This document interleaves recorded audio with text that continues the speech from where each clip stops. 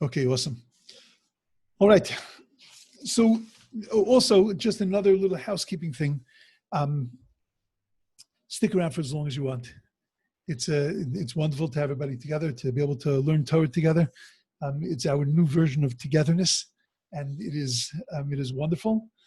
And so, like I say, feel free to stay around as long as you'd like to stay around, and feel free to leave whenever you want to leave. And don't worry about it. It's not going to offend me, especially because I can't even see who's in and out. So you're lucky. And this way we just have an opportunity to learn. I'm going to go as long as there are people here, as long as there are boxes open. I'm going to go. Okay.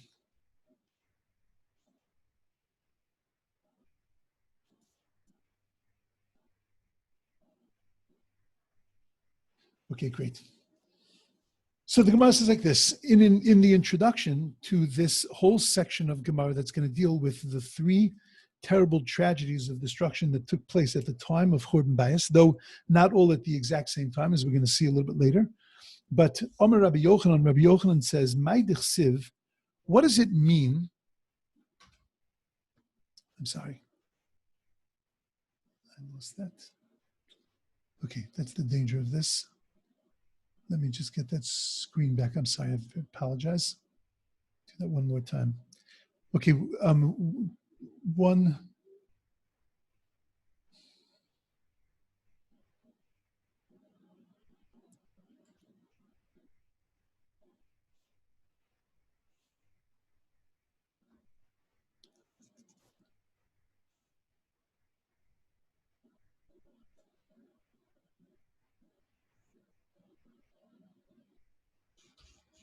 Okay, I apologize for the technical difficulties.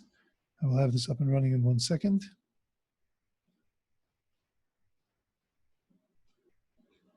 Here it is.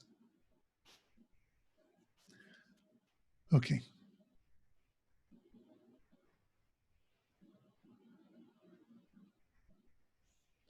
I've made the shared screen bigger. Okay. Again, anybody who wants to have their own copy of the Gemara in front of them, if you go to Sefaria, Gittin 55b, then you will be able to get the copy of the Gemara. You can set your page up however is comfortable for you. You can get English. Also, if you press the Aleph on the side, it will give you English and Hebrew side by side. You can get it side by side or top and bottom. Rabbi Yochanan, what is Pshat in the Pasuk? Ashrei Adam Mefachei Tamid. That praiseworthy or fortunate is the person who is always afraid. Umekasha libo yipol bara. And a person who hardens his heart, yipol bara, is going to end up in evil, because it end up in bad. So Ashrei Adam, that is always worried about his actions, and that his actions shouldn't cause any kind of takala in the future. And a mechazik eslibo, and a person who hardens his heart, and he's not worried about the future, so then that's going to cause him great trouble. This pasuk was seen as the introduction to the whole section. The Gemara then says, "Akamtza ubar kamtza charav Yushalayim," that because of what happened to Kamtza and Bar Kamtza, Jerusalem was destroyed. Atarnagola v'tarnagolta, on a rooster and a chicken, Charuv Tur Malka, the city of Tur Malka, which the Gemara later is going to explain, and hopefully be around for that. The Gemara is going to explain what happened in the city of Tur Malka, and it was destroyed in a terrible way. And Asaka de Rispak Charuv Beitar, and because of a ma'isa that happened with a wheel of a wagon, so the city of Beitar was destroyed. It's an interesting introduction that the Gemara brings the pasuk of Asher Adam Mefachei Tamid, of praiseworthy as a person who is always afraid. Rashi says that what does it mean Asher Adam Mefachei Tamid? Doeg liros hanolad. It means that a person who is worried to see that which has not yet come into the world. That tragedy shouldn't happen, if he does this. So Rashi is explaining on the words mifache, that a person is afraid, is a person who is roa es hanolad, a person who sees what has not yet happened and what has not yet come into this world, and that person who is a roa es hanolad is worried about the ramifications of the things that he's doing. And that's really Rashi explaining what roa es hanolad is. But if you understand what the Gemara is saying to us, the Gemara is saying is that why was a city like Yerushalayim, why was it destroyed? Why was Tur Malka destroyed? Why was Beitar destroyed? These were central cities of Jewish life, and they flourished with Torah and mitzvos. And how could it happen that these three cities were destroyed? So the Talmud says, because they violated the notion that a person always has to be vigilant and aware and constantly in fear, constantly worried about the things they do to make sure that takala doesn't come through them. In other words, that a person who hardens his heart is going to come to evil. And for that reason, these three cities were destroyed. Now, very difficult idea. Because to tell me that cities are destroyed because Roas HaNolad means that a person is not savvy, right? That a person can't think out what the ramifications are of what they're doing. They don't think forward. They're living very much in the moment. They're living in the now. Not a great thing, but I wouldn't call it, as far as transgressions are concerned, I wouldn't call it like in the top 1,000 of transgressions. It's a little difficult for a person to live their life that way, and it does have evil ramifications. It does have negative ramifications. But because you say a person is not a roas hanolad, there are some people that are just like that, just in their personalities, that they're not really forward thinking. And on some level, it's a good thing. They live in the moment. They're very happy with where they are now. They're very happy with what's going on in their lives, and they can't really see what's going to happen. And it's hard to have a relationship with a person like that because they don't really think. They're not really thinking about what they're saying. They're not really thinking about how you're going to feel after they say it. But nevertheless, it's not an avera per se. It's not something that's a real crime, and yet Beitar, Tur Malka, and according to the Gemara, Yerushalayim is destroyed because of that. So before I even get into the Gemara, before I even go into the stories, I'm stuck. That's the way we introduce this, that the whole thing came down. We're sitting on the floor today, and we're worried about life because of people that are not Roya Es HaNolad. That's the whole thing. There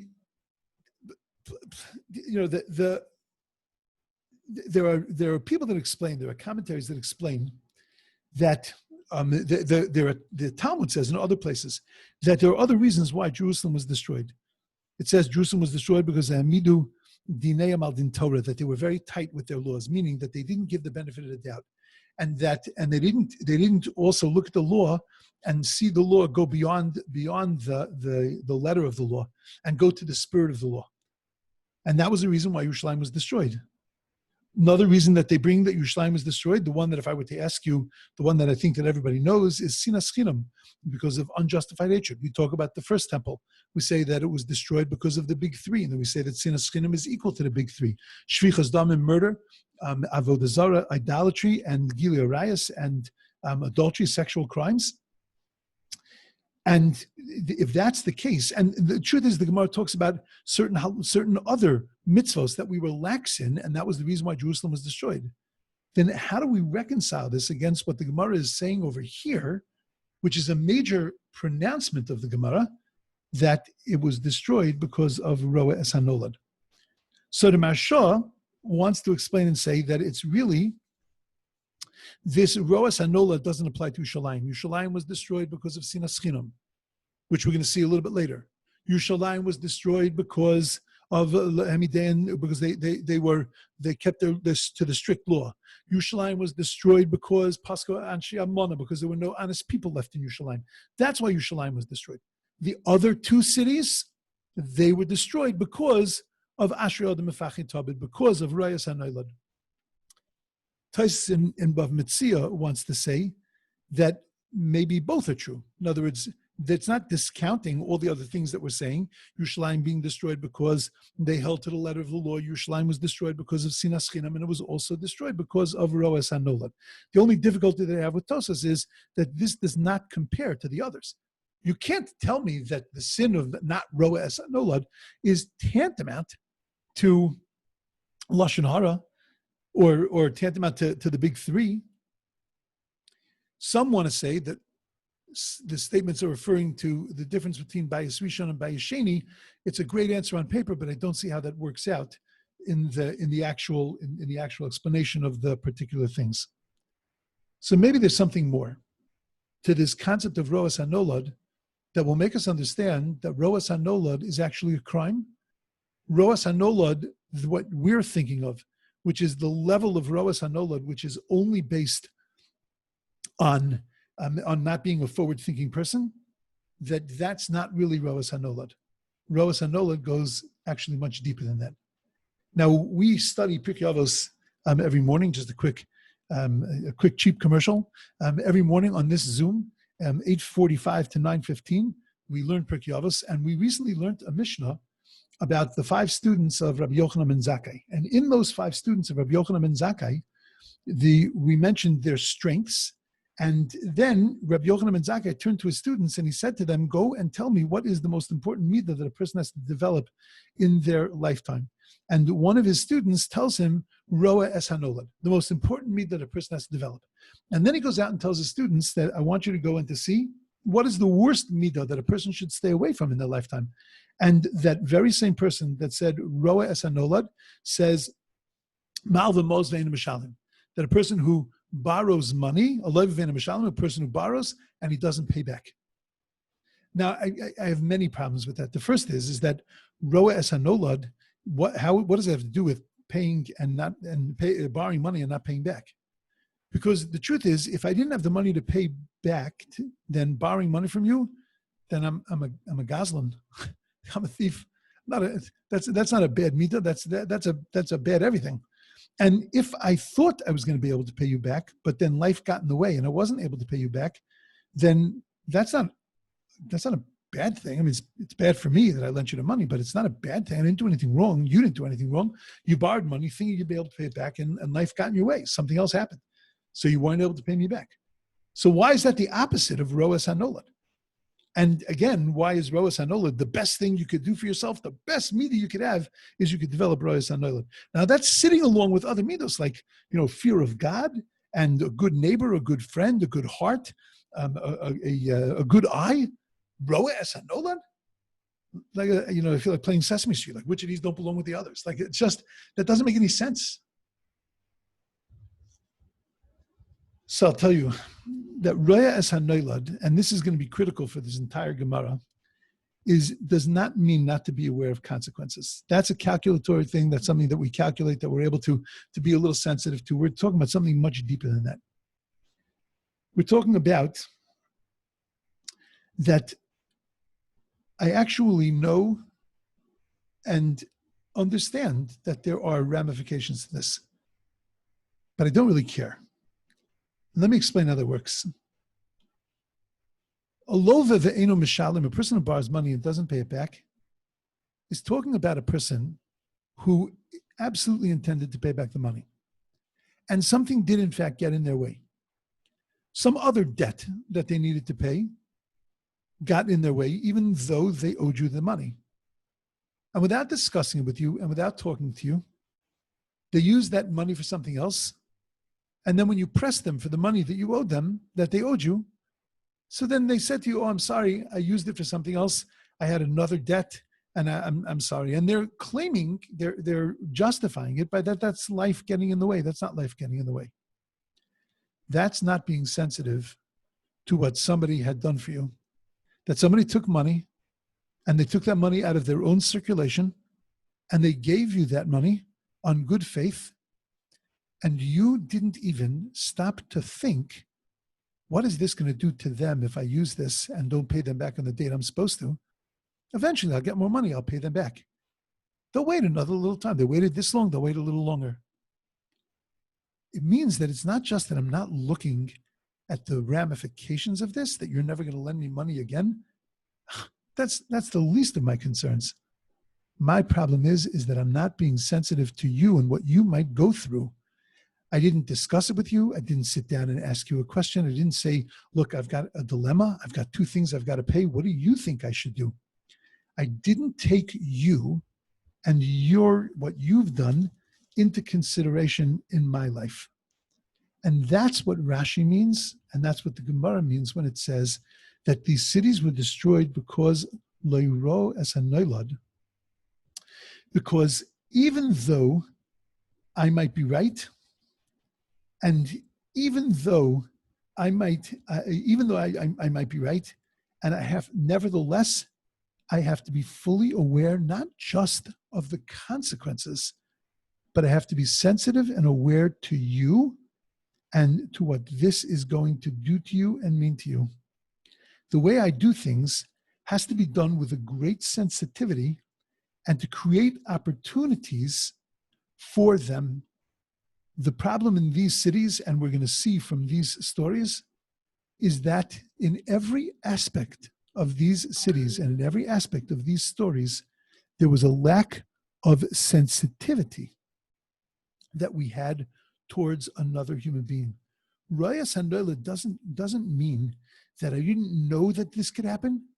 It means that I wasn't sensitive. I knew exactly what was going to happen, but I wasn't sensitive to what this means and what this could do to you and to your life.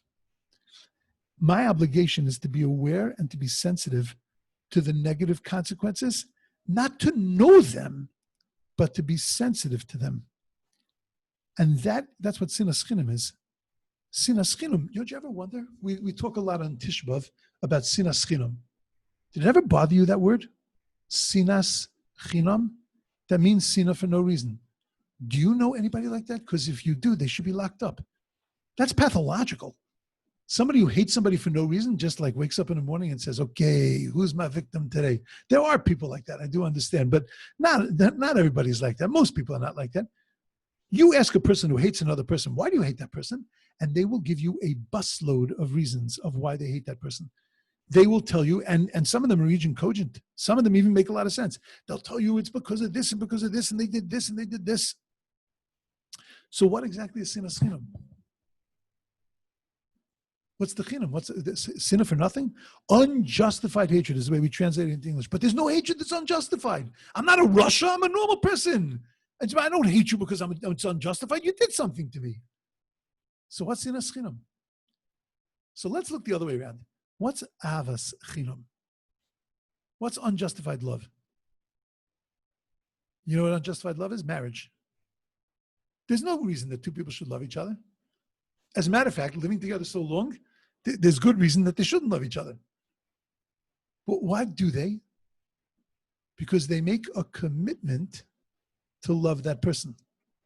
And that even when things happen, and even when things go wrong, and even when things are tested, and things become stretched and strained, but they made a commitment to the other person, and a commitment to love that person. And that's avas chinam. Avas chinam is a commitment to love. What's sinas chinam? A commitment to hate. It means that it's not just, I don't hate you for no reason, I hate you for a reason. You did something wrong to me. But now, you know what, it's over. It's been years. It's over. We've talked about it. We can move on. But I'm not moving on. Why am I not moving on? Because I am committed to hating you. That's sinas chinam. That's a lack of sensitivity to the other person, because you're not in my picture at all. It's all about me. It's about the way I'm feeling. It's about the way I'm processing. It's about the way that I'm holding myself, and I'm not thinking for 1 second about you. And in fact, we always say that Lashon Hara comes from sinas chinam. They're connected to each other. Because when I speak Lashon Hara about you, I am the last person that I'm thinking about is you. It is a complete opposite of, it's a complete opposite of Roes Hanolad. I am not, it's not that I don't know. If I speak about you, I know that everyone's going to hate you. I'm not an idiot. I know that. I know the way to ruin your life is to talk about you publicly. But I'm not seeing you. I'm not seeing your feelings. I'm not seeing yourself. You don't figure in my thoughts. That's when we say that Jerusalem was destroyed because lo amidu divreim al divrei Torah, because they were very exacting with the law. You know what the problem with being exacting with the laws? You would think that would be a great thing. Wow, look at them. They were so exacting. They were so perfect in the law. No, they were perfect in the law and they didn't take the other person into consideration. If I look at this in a certain way and I view this in a certain way, how is this going to bring either one of these two people forward? And therefore, maybe I need to suggest a pshara. Maybe I need to suggest a compromise. Maybe there are other ways of handling this. Maybe there is a way that I can present this that is going to preserve the dignity of both of them. But at least I'm thinking about another person. Every single thing that we say about the destruction of the temple, no matter what words we use, whether it was that they were tight with the law, whether it was because of sinas chinam, whether it's because of any of the other reasons, lo paskan she'amana, what it means, it boils down to that they were not roya es hanoilad. They did not take on the other person and the negative consequences of what they were doing. They didn't take that into account. The reason why the temple was destroyed wasn't because I'm not smart, but because I don't care about the negative consequences to you and what this is and how this is going to affect your life. Kamsa bar Kamsa is all about that, as we're going to see in a few minutes. The city of Beitar is all about that. The city of Tur Malka is all about that. It's not about you. And we know that the whole Metzias of Klal Yisrael is that we are not meant to be focused on ourselves. Our whole job is to be focused on other people, to be focused on people outside of ourselves. And even if it's something that's right for me, it has to be something that's going to be right for you also. Another mission of Pirkei Avos, that what's the right way to live in this world is to live with things that are not only good for me, but things that are good for you also. If we began that, and that's why it's so critical to learn these Gemaros and to analyze them and to put them really to figure out a way to incorporate them in our lives. Just a little aside, we say the Yud Gimel Midos, the 13 divine attributes, that if a bris karusa, there's a special covenant that God made with them, and that God said to the Jewish people that whenever you're in trouble, if you say those Yud Gimel Midos, then I'm going to answer your tefillos and I'm going to save you. Now, everybody asks the question that it sounds like magic. It sounds like magic. Like, you say these 13 words, oh, abracadabra, hocus pocus. God says, great, we're good again. Don't worry. Everything's going to work out for you. Now, what does that mean? Why would God, how does these words work? Excuse me. So the rabbis explain that the way that these words work is that it's not that if we say them, then everything is fixed. These 13 words, these 13 midos, these 13 attributes of God's mercy are actually meant to be incorporated in our own lives. There's a whole sefer that's written about this called Tomer Devara, the beginning of the sefer of Tomer Devara. It's a Kabbalistic work written by Moshe Cordovero, but it is in the beginning. He deals with the 13 divine attributes, and he takes those and shows how we're meant to incorporate them in our lives. And when God says that there's a bris krusa, that there is this covenant that's made between me and the Jewish people, what he means is not when they say these words. It says, but when they do these words, meaning when they put this into their personality. Everything that we learn, all Torah that we learn, everything that we do, the things that we daven, the things that we say are not meant to be just words. They're meant to have an effect on our soul. And they can't just affect our soul. They can't affect our lives, our behavior, our personalities, if all we do is read them, even read them and translate them and give them some kind of explanation. We have to read them, understand them, and then figure out a way that they get incorporated into our personalities. And just with this opening line of the Gemara, there's a tremendous step that a person can take. That if a person recognizes that living inside of myself is destructive, it's what destroyed Yerushalayim, it's what destroyed Beitar, it's what destroyed Tur Malka, it's what's kept me here for 2,000 years. If stepping outside of myself then is the pathway to Geula, that's step number one. And that's why the Gemara gives us as an introduction so that we understand that everything that we're going to learn in the next pages, it's not stories and it's not history. You want history, go to Josephus, go to the history books. You can get better history, different accounts. You can get different things. But you want to understand the history of the soul. You want to understand how the person is meant to be. You want to understand how we're meant to march towards Geula. So then you have to analyze these stories. You have to analyze these events that are recorded in the Talmud, step outside of ourselves, and in that way start to begin the process of Geula. And this is the introduction to this section of the Gemara. Okay, let's continue in the Gemara. I want to learn through the entire story. As we learn through the story, I want your minds to be working and to be asking questions of just the text, the story, the way it's being presented here in the Gemara. I want you to look through it because there is almost nothing in this story that makes sense. And the first thing we're going to do is we're going to ask a gazillion questions on the Gemara, and then we're going to hopefully deal with a very beautiful picture of what's going on in this story. So the Gemara says, it brought us three stories, three things, three events, and now it's going to start one by one to analyze them and go through them. So the Gemara says as follows. The Gemara says, Akamtza u'bar Kamtza chorv Yerushalayim.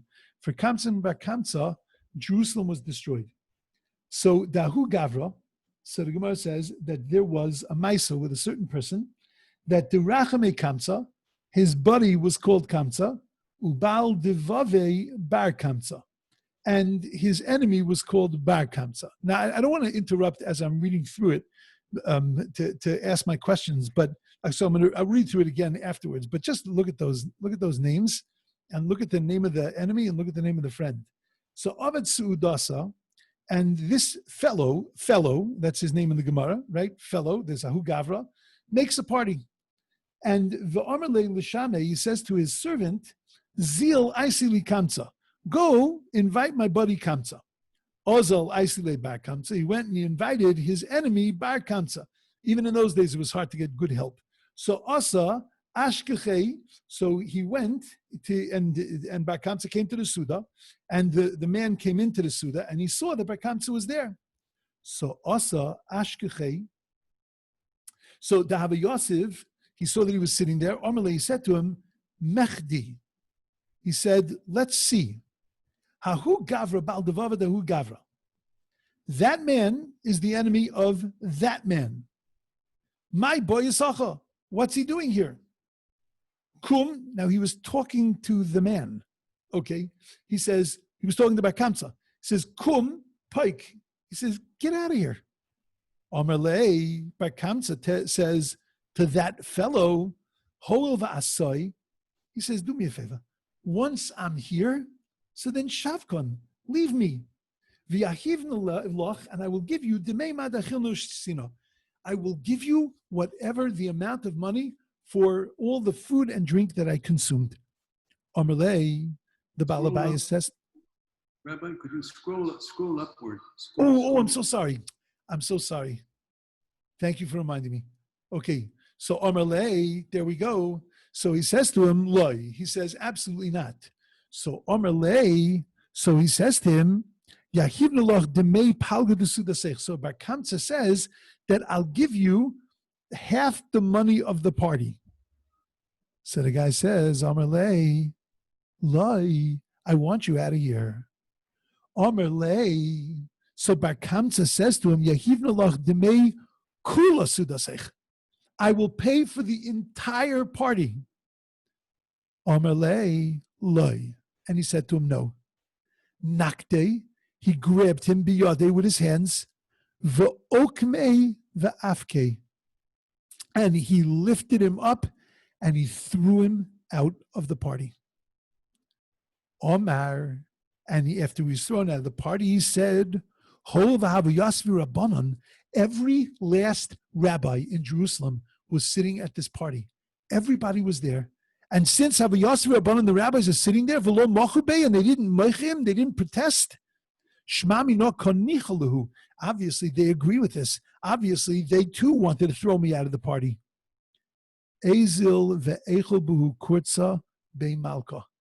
And if that's the case, then I am going to go and I'm going to inform against them to the king. So Azal, he went, v'omer le Kesar, and he went to the Kesar and he said, Mordebach Yudah, he says, the Jews are rebelling against you.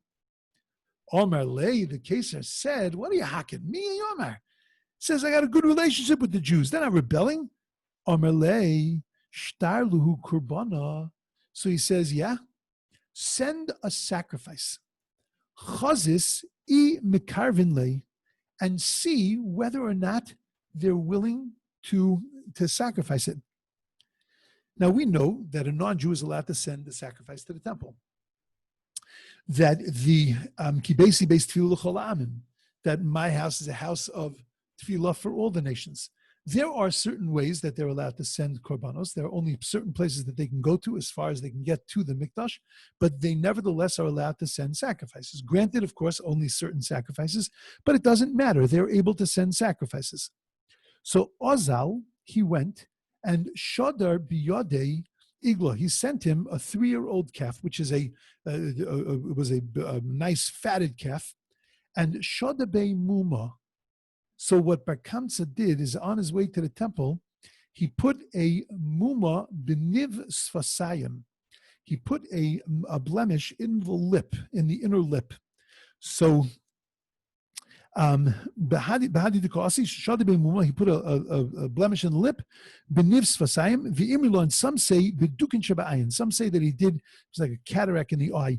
But whatever it was something that beduchta diladidan have a muma, that for us it's a blemish. We know that when we check the animal before it's sacrificed, we feel around inside of its mouth. We look at all of the certain of its parts to see whether it has a muma blemish. Now, for the non-Jew, when he looks at an animal, he doesn't see anything in the lip, and he doesn't see anything in the eye. So for him, the animal is a whole animal. So l'ditu lav mumahu, for them and for their sacrifices that they make for idolatry and whatever, this would never be considered a mum, would never be considered a blemish, because not missing a limb. And if it's not missing a limb, so then they would sacrifice it. And if that's the case, they had no idea that he had done this. Well, we did. So Savar Rabbanan L'Kruve. So now this blemished animal comes up to the temple, and now the rabbis are in dilemma, because Savar Rabbanan L'Kruve, notwithstanding the fact that there was a blemish, they wanted to sacrifice it, mishum shloi malchus, because they knew where it was coming from, and they knew that it was coming from the king. And if they didn't sacrifice it, then it was going to send a very bad message, and it would in fact start a rebellion. So Amar Lahu Rabbi Zechariah ben Avkulis. So Rabbi Zechariah ben Avkulis, who was the chief rabbi of the temple, and he was the one who was paskening. He said, I'm worried. Because if we're going to be makriv it, if we're going to sacrifice it, then people are going to say that you're allowed to bring an animal with a blemish. So yomru ba'alei mumin craving l'gabi mizbeach. People are going to say that, oh, you know what? You're allowed to sacrifice blemished animals on top of the temple. So saver lemiktalei. So they said, oh, you know what we should do? Let's bring Bar Kamsa out behind the temple. We'll find a dark alley and we'll do what we got to do. The lows lazel velema, so that he won't be around to go back to the king to tell him what happened. The king will figure whatever, he disappeared, he went on vacation somewhere, and he didn't come back to tell him the end of the story. And that would mean that obviously they sacrificed the sacrifice, danger averted, and life goes on. So Rabbi Zechariah turned to his people and he said, Oivei, I'm not so comfortable to sacrifice the animal, because to kill Bar Kamsa. Because what are people going to say when they hear about it? Yomru matil mum bekodshim, because they're going to say that if you put a blemish inside of a sacrifice, which they're going to find out that that's what he did, so then yehoreg, it is a capital punishment, and people are then going to be very reluctant to bring sacrifices. So Rabbi Yochanan comments on this story that just happened. An vasenuso shel Rabbi Zechariah, the incredible humility of Rabbi Zechariah ben Avkulis, that he didn't know what to do, and he didn't kill Bar Kamsa. Hecheriva es beisenu. It has destroyed our home, our temple. Visarfa es hechalenu. And it burnt our heichal. Vihiglisanu me'artzenu. And it caused us to be exiled from our land.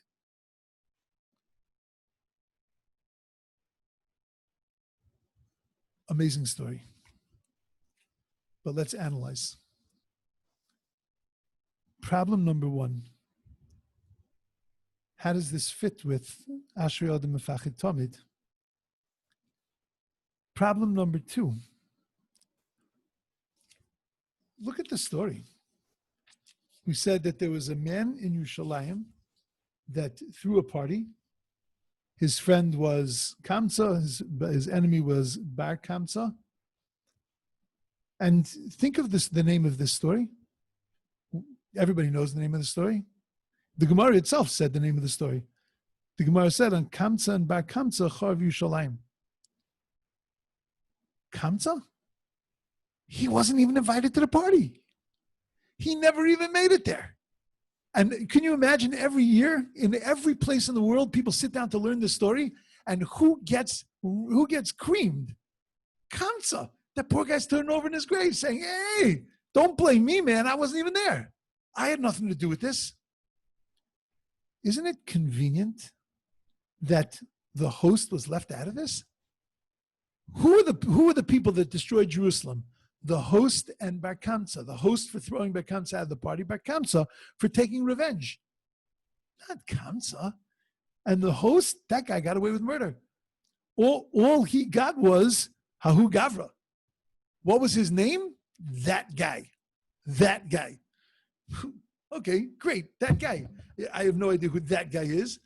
So why wasn't he named? Okay. Further problems. Isn't it convenient that the names are Kamsa and Bar Kamsa? It just keeps it very neat. Like I'm only friends with people that have a Kamsa in their name. I like the guy that's called Kamsa. I don't like the guy that's called Bar Kamsa. I mean, there's something too strange about that. That he had a friend called Kamsa and he had an enemy called Bar Kamsa. There are people that want to say, Mefarshim, that want to say that Bar Kamsa was his son.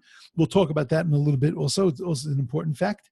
But be that as it may, whether it was or it wasn't, it just seems that that maybe these are not their names. And maybe there's something else that's going on here in the Gemara. Okay, let's keep going. He then decides to have a conversation with Bar Kamsa to throw him out of the party. So look very carefully. If you learn Gemara, you'll recognize that word mechti. Mechti is a word that we use to consider things. It's a word that we use to say, let's see, right? Let's analyze. So he says mechti, let's analyze. And then he launches into third person. He's talking about himself and that guy, Bar Kamsa. And he says, Hahu Gavra, that guy, meaning Bar Kamsa, and is a Baal Devava Dahu Gavra. This guy, right? So he's talking about Hahu Gavra. He's talking about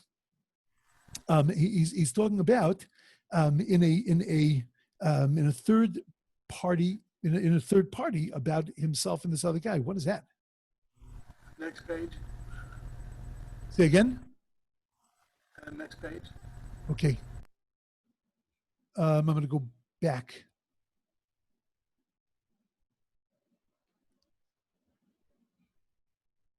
Right, so there we are. So he said. So he's talking in third person. What? Who talks in third person? Okay, next problem. The guy says, Bar Kamsa says, "Look, do me a favor. I'll pay for half the party. I'll pay for the whole party." Who would say no? You got to be a pretty sick person to say no. Guy's willing to pay. This was clearly a big party. You had all the rabbis of Jerusalem there. This is going to cost you a pretty penny, right? This caterer, flowers. I mean, you got a lot of stuff going on here, and yet somebody offers to pay you money, especially your enemy. I would think that you would want to say yes, because let the guy suffer. Give this guy a bill. Let him pay even for the for the smallest little things, and you'll be a happy man. You've depleted his cash reserves. So why would you say no? What's going on with you that you said no? Okay, my next problem. Do you understand that? I'm looking with like almost word by word in this, and the story is saying to me, Darshuni, there's something going on here. All the rabbis of the party are there. V'lo michal rabbanan. There wasn't one rabbi that was on the take. There's a very very wealthy a very wealthy person in a certain city in America, very very wealthy person, and this person is a person who is whenever he makes a simcha, he's a person who gives a lot of tzedakah to a lot of yeshivas and a lot of places, and he flies in all the great rabbanim of the world into his simchas. And there's sometimes a few thousand people at his simchas, and most of them are people that he donates to, which is just it's a beautiful beautiful thing. But I say that that when this guy makes a simcha, and he's made quite a few of them in my years, I said when this guy makes the simcha, I'm the happiest guy in the world.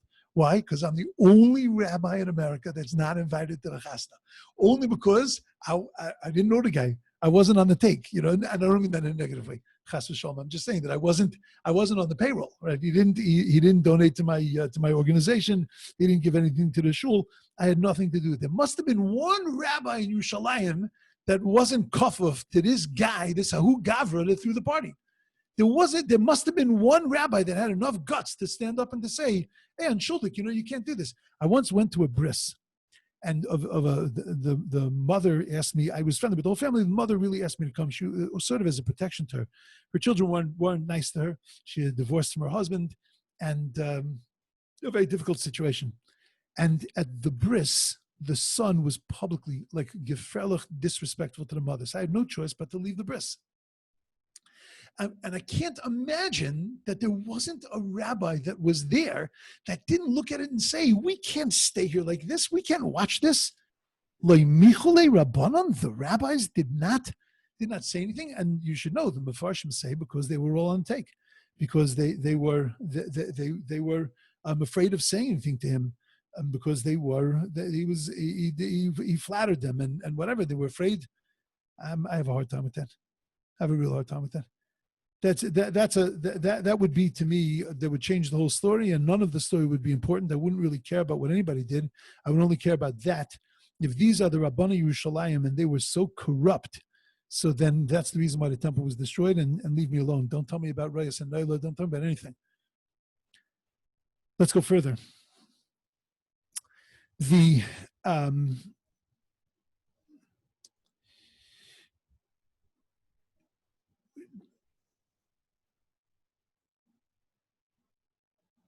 The Gemara says that it wasn't kamsen by kamsen. The Gemara concludes at the end of the Gemara, we had mentioned that the Gemara says that it was anvasnuso, it was the great humility of Zechariah ben Avkulis that caused the destruction of Jerusalem. Well, I'm just asking a simple question.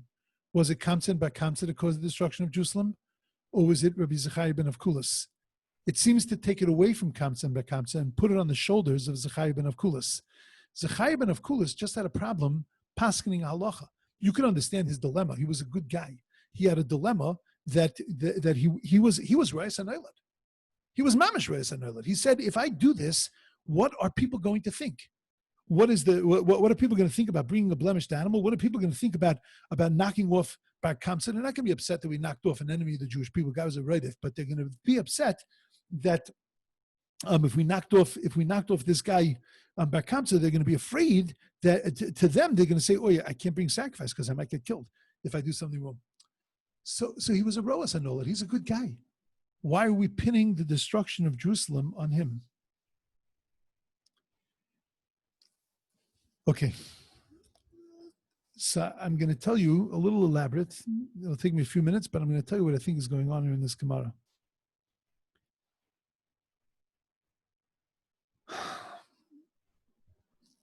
This kind of behavior that we're looking at is self-destructive behavior. The fellow that threw the party, the fact that he wouldn't take money, self-destructive. He could have accomplished everything he needed to accomplish and not caused the embarrassment of another person the way he did. Bar Kamsa, You don't think that Bar Kamsa had relatives in Yerushalayim? Maybe a mother, a father, an aunt, an uncle? And by going and telling on the Jews and causing a rebellion, causing what appeared to be a rebellion, and then we know that Jerusalem was destroyed because of this. So that's self-destructive behavior. He not only took down Kamsa, took down the Hugavra, the fellow that threw the party, but he took himself down also. I think that what Chazal are doing is that they're offering us a tremendous insight into human nature. What is a kamsa? A kamsa is a kamsan. A kamsan is a person who is a stingy person. A person who's a stingy person is by definition a person who is out of touch with themselves. Because the stinginess that we're talking about is not a person who's worried about his finances. It's not a person who's worried about not being able to afford something. It's a person who is not able to enjoy and appreciate the things that he has in this world, to be able to use them for himself and for his benefit. Because he has no vision of himself, no vision of his ability to be able to pamper himself a little bit, to be able to take care of himself, because he's completely disconnected from himself. How do I know that that's what's going on in this Gemara? And that we're going to see in every step of this Gemara? Mechti. Hahu gavra, bal devav dahu gavra. Human beings don't talk like that. I'm not sure that they actually talk like that. I'm not a kofer, but I'm not sure that they actually talk like that. I'm not sure that that's what the fellow who threw the party said. But that's the way the Rabbanan recorded it, because they wanted us to understand who was this fellow that threw the party. He was just Ahu Gavra. He was not in touch with himself. He didn't have a name. He didn't have a definition. He was Ahu Gavra. How do I know he wasn't in touch with himself? He starts to talk about outside of himself. He's talking about himself as if he's talking about somebody else, because he's not in touch with himself. And that's why, who was his friend? His friend was Kamsa. Who was his enemy? Bar Kamsa. Kamsa, birds of a feather flock together. This fellow was friendly with Kamsa because they were the same. Kamsa wasn't his name. His name could have been Bob or Murray, right? Or some other good Jewish name. But his name, his personality, his whole essence was he was a Kamsan. And so was the fellow that threw the party, was also a Kamsan. Why did they hate this other guy? Because he was a bar kamsa. Bar means outside of. He wasn't just somebody who was not a kamsan. He was outside of being a kamsan. He was a person who was well adjusted. He was a person who was a good person. He was healthy. He was in touch with himself. And that's the reason why the rabbis never said a word.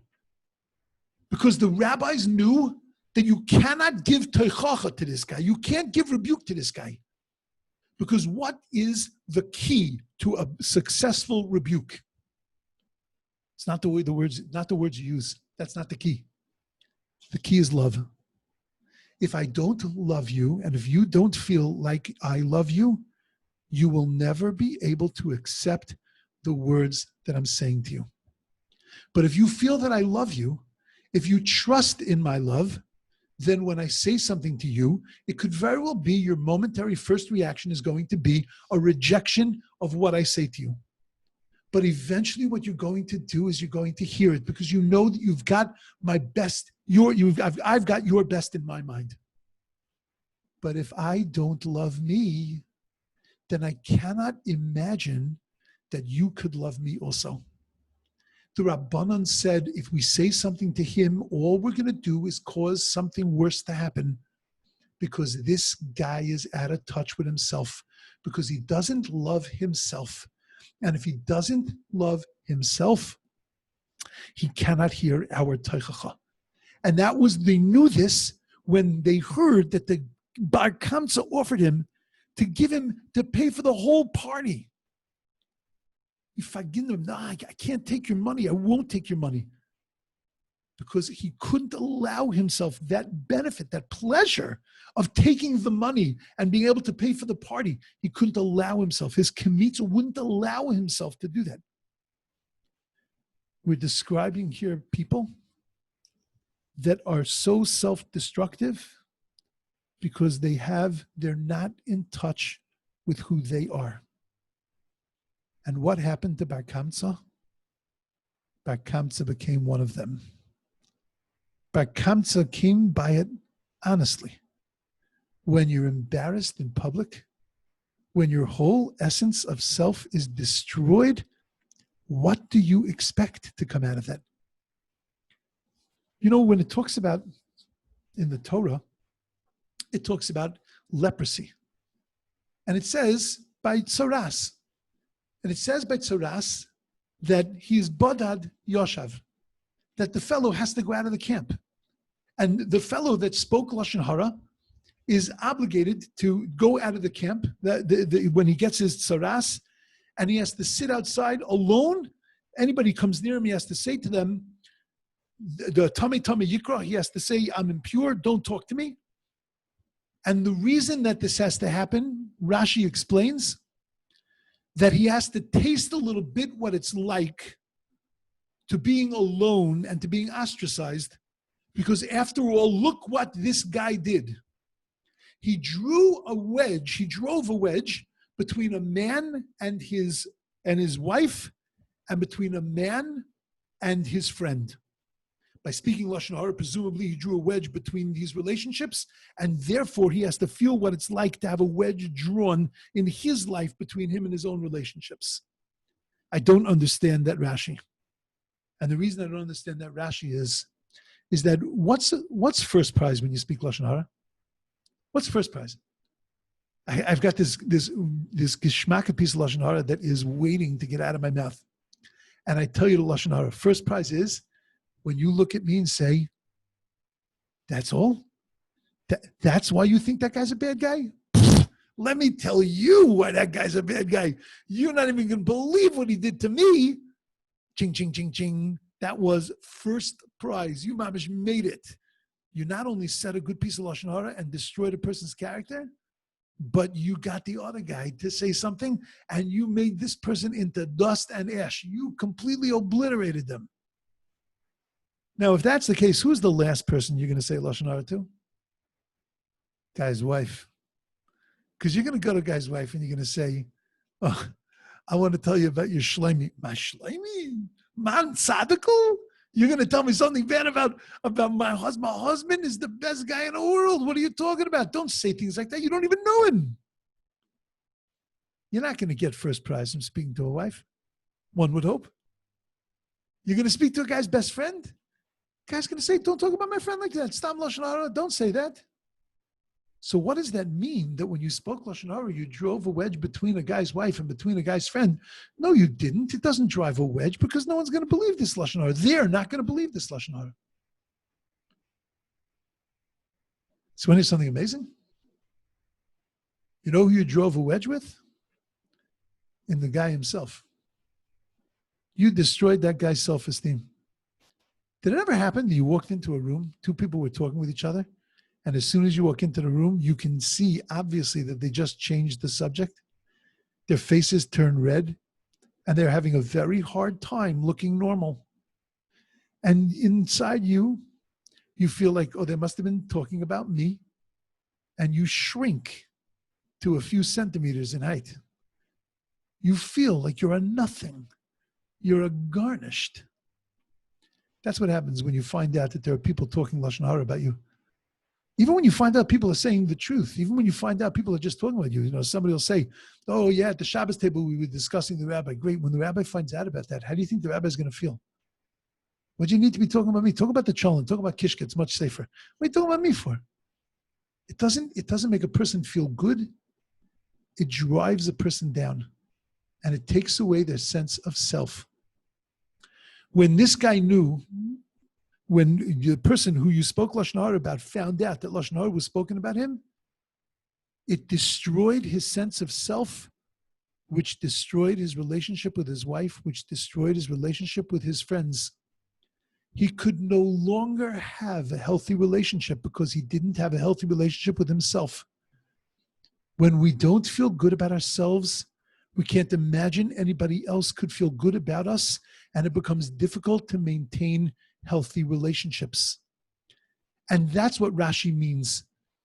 That you have to go sit outside the camp, you have to feel what it's like to lose your self-esteem, to drive a wedge between a man and his wife and between a man and his friend, not because they won't talk to him, but because he won't relate to them, because he's feeling like nothing. And that's what happened to Bar Kamsa. Bar Kamsa got reduced to nothing. And therefore Bar Kamsa was willing to take himself down, and it didn't matter who else he took down. It didn't matter if he took down all the rabbis in Jerusalem. It didn't matter if he took down all of the people in Jerusalem. It didn't matter if he took down his mother and his father and his aunt and his kids. It didn't make a difference. And he went to the king and said, they're rebelling against you. Because he had no sense of self. So then nobody else was important in his life either. And that's what happened with Rabbi Yishmael ben Avkulas. Rabbi Yishmael ben Avkulas couldn't make a decision. And why couldn't he make a decision? Because he had no sense of self. You know, we talk about that a posek, a rav, a manhig, a leader, has to have a certain amount of gaiva. A shmini's got to have like a little, small, tiny piece, but there's got to be a little bit of gaiva. What does that mean, a little bit of gaiva? Gaiva is bad. Gaiva, the Rambam says, on all levels is something that a person has to distance himself from. The gaiva that the Gemaros is talking about is that a person has to have a sense of self. You've got to have a sense of your own self and being, of your own value and worth, because otherwise you'll never be able to put your foot down. If you're a meek person and you're afraid of your shadow, then you'll never be able to lead people. You can only lead people when you feel strong and confident in who you are and what you do. And if you don't feel strong and confident, then you can't exude that confidence and you can't use it to lead people with that confidence. And that was his problem. Rabbi Yishmael ben Avkulas, the Gemara treated him nicely. It called him Anvasnuso. It said his great humility, but his great humility was coming not from a place of his realizing that he had something to offer, but so what? It doesn't make me better than other people. That's really what a nivus is. That's really what humility is. Humility is my understanding that I am actually a giant, but being a giant doesn't mean anything because I'm a giant in this and I'm tiny in other things. And everybody else is a giant in things also. There's nothing wrong with knowing who you are. Who wrote the words in the Torah that Moshe was the most humble man in the world? Moshe wrote those words. There's nothing wrong with knowing what your qualities are, what your strengths are. The problem is when you take your strengths and use them to lord it over other people. That's where the danger is. That he should have understood that this is who I am. I'm a manik. I have to make a decision. One way or the other, I got to make a decision. Good, bad, or ugly, I've got to make a decision. But because of Anvasnuso, his misplaced humility, his lack of understanding of himself, his lack of connection to himself, that's the reason why Yerushalayim was destroyed. The Gemara didn't change its mind. What the Gemara said was, Kamsa bar Kamsa. It's not two people, Kamsa and bar Kamsa.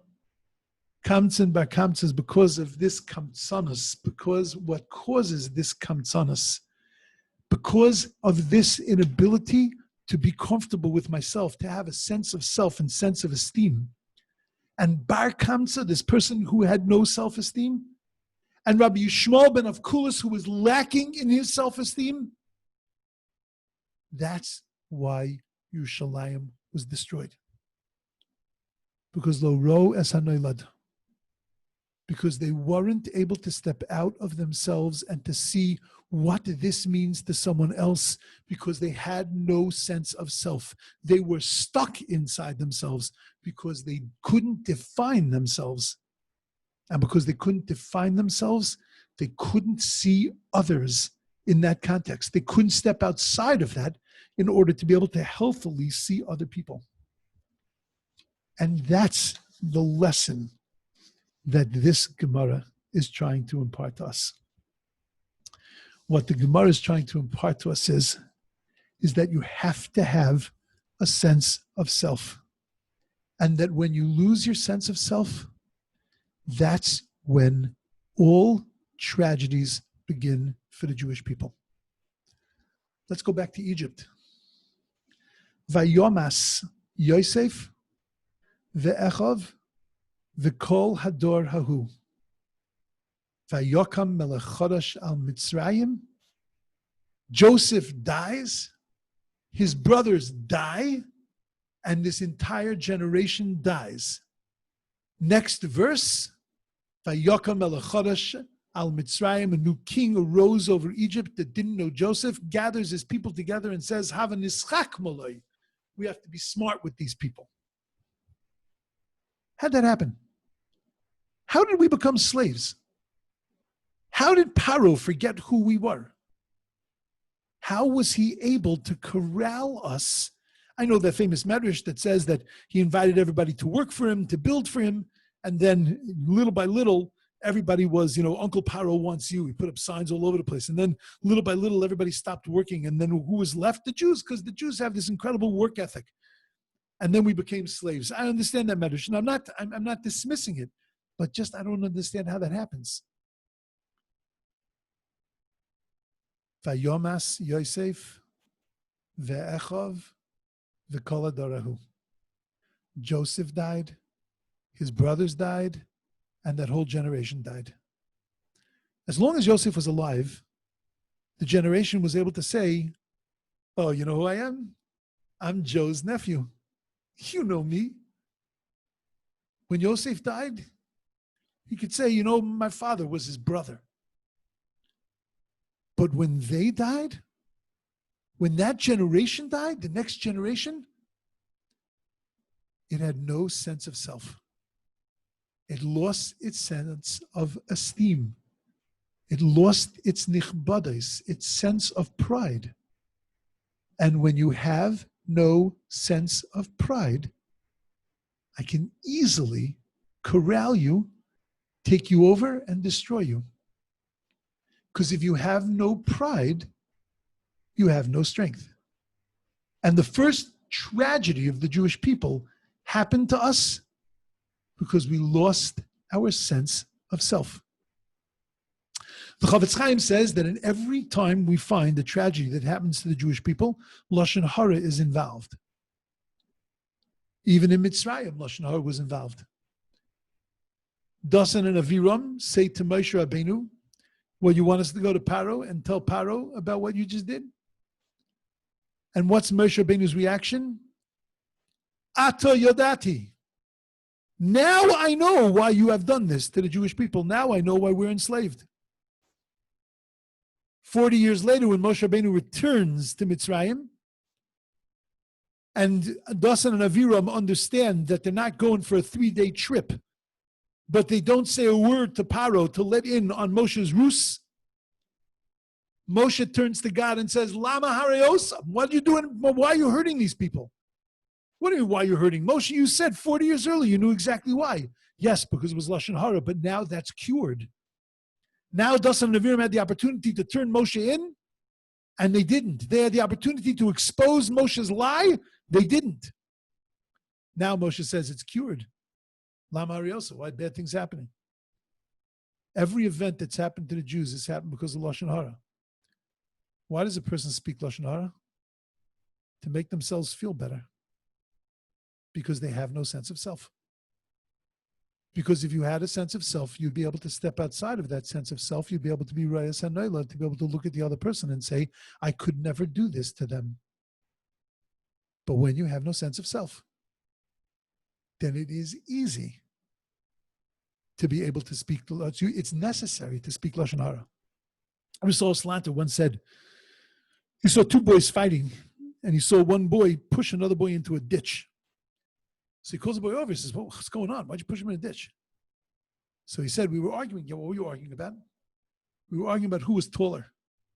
And I wanted to prove to him that he wasn't, then I threw him into a ditch. I made him smaller. So Rabbi Saul Salanter said, there's another way to accomplish this. You could have stood up on a chair. That also would have made you taller. When we have no sense of self, then we have to destroy other people.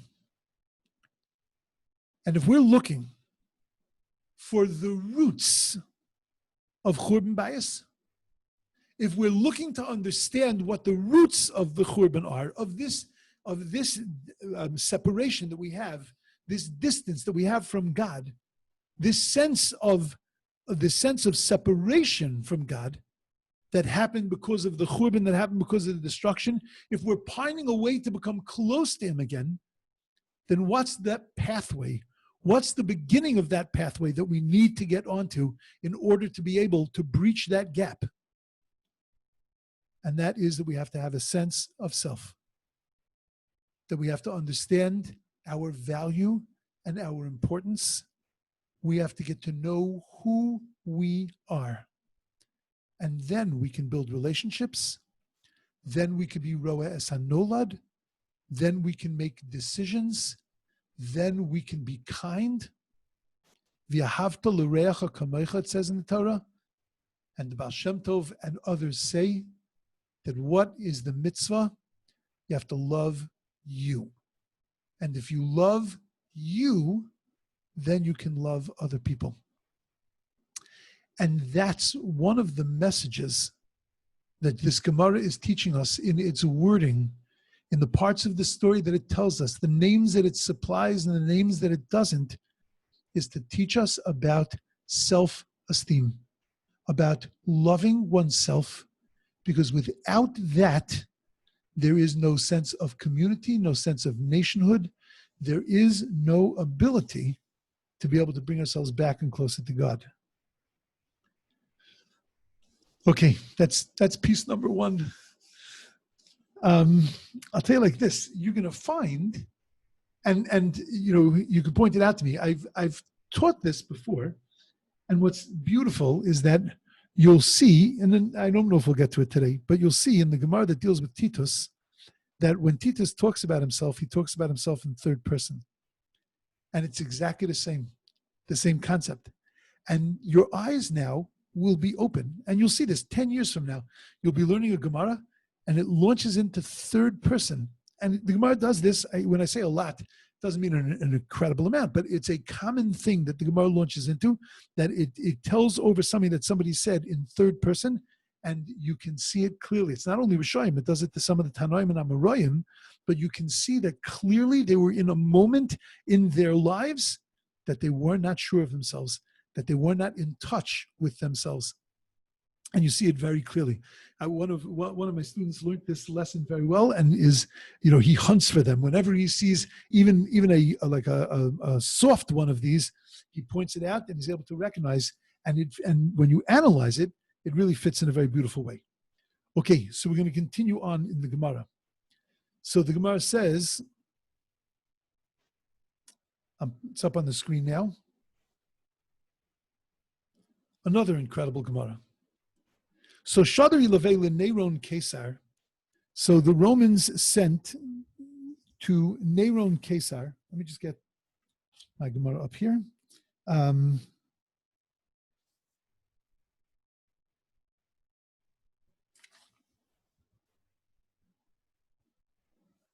Yes, okay, got it.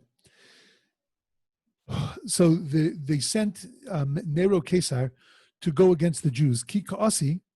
So when he came, Shada Gira Lemizrach.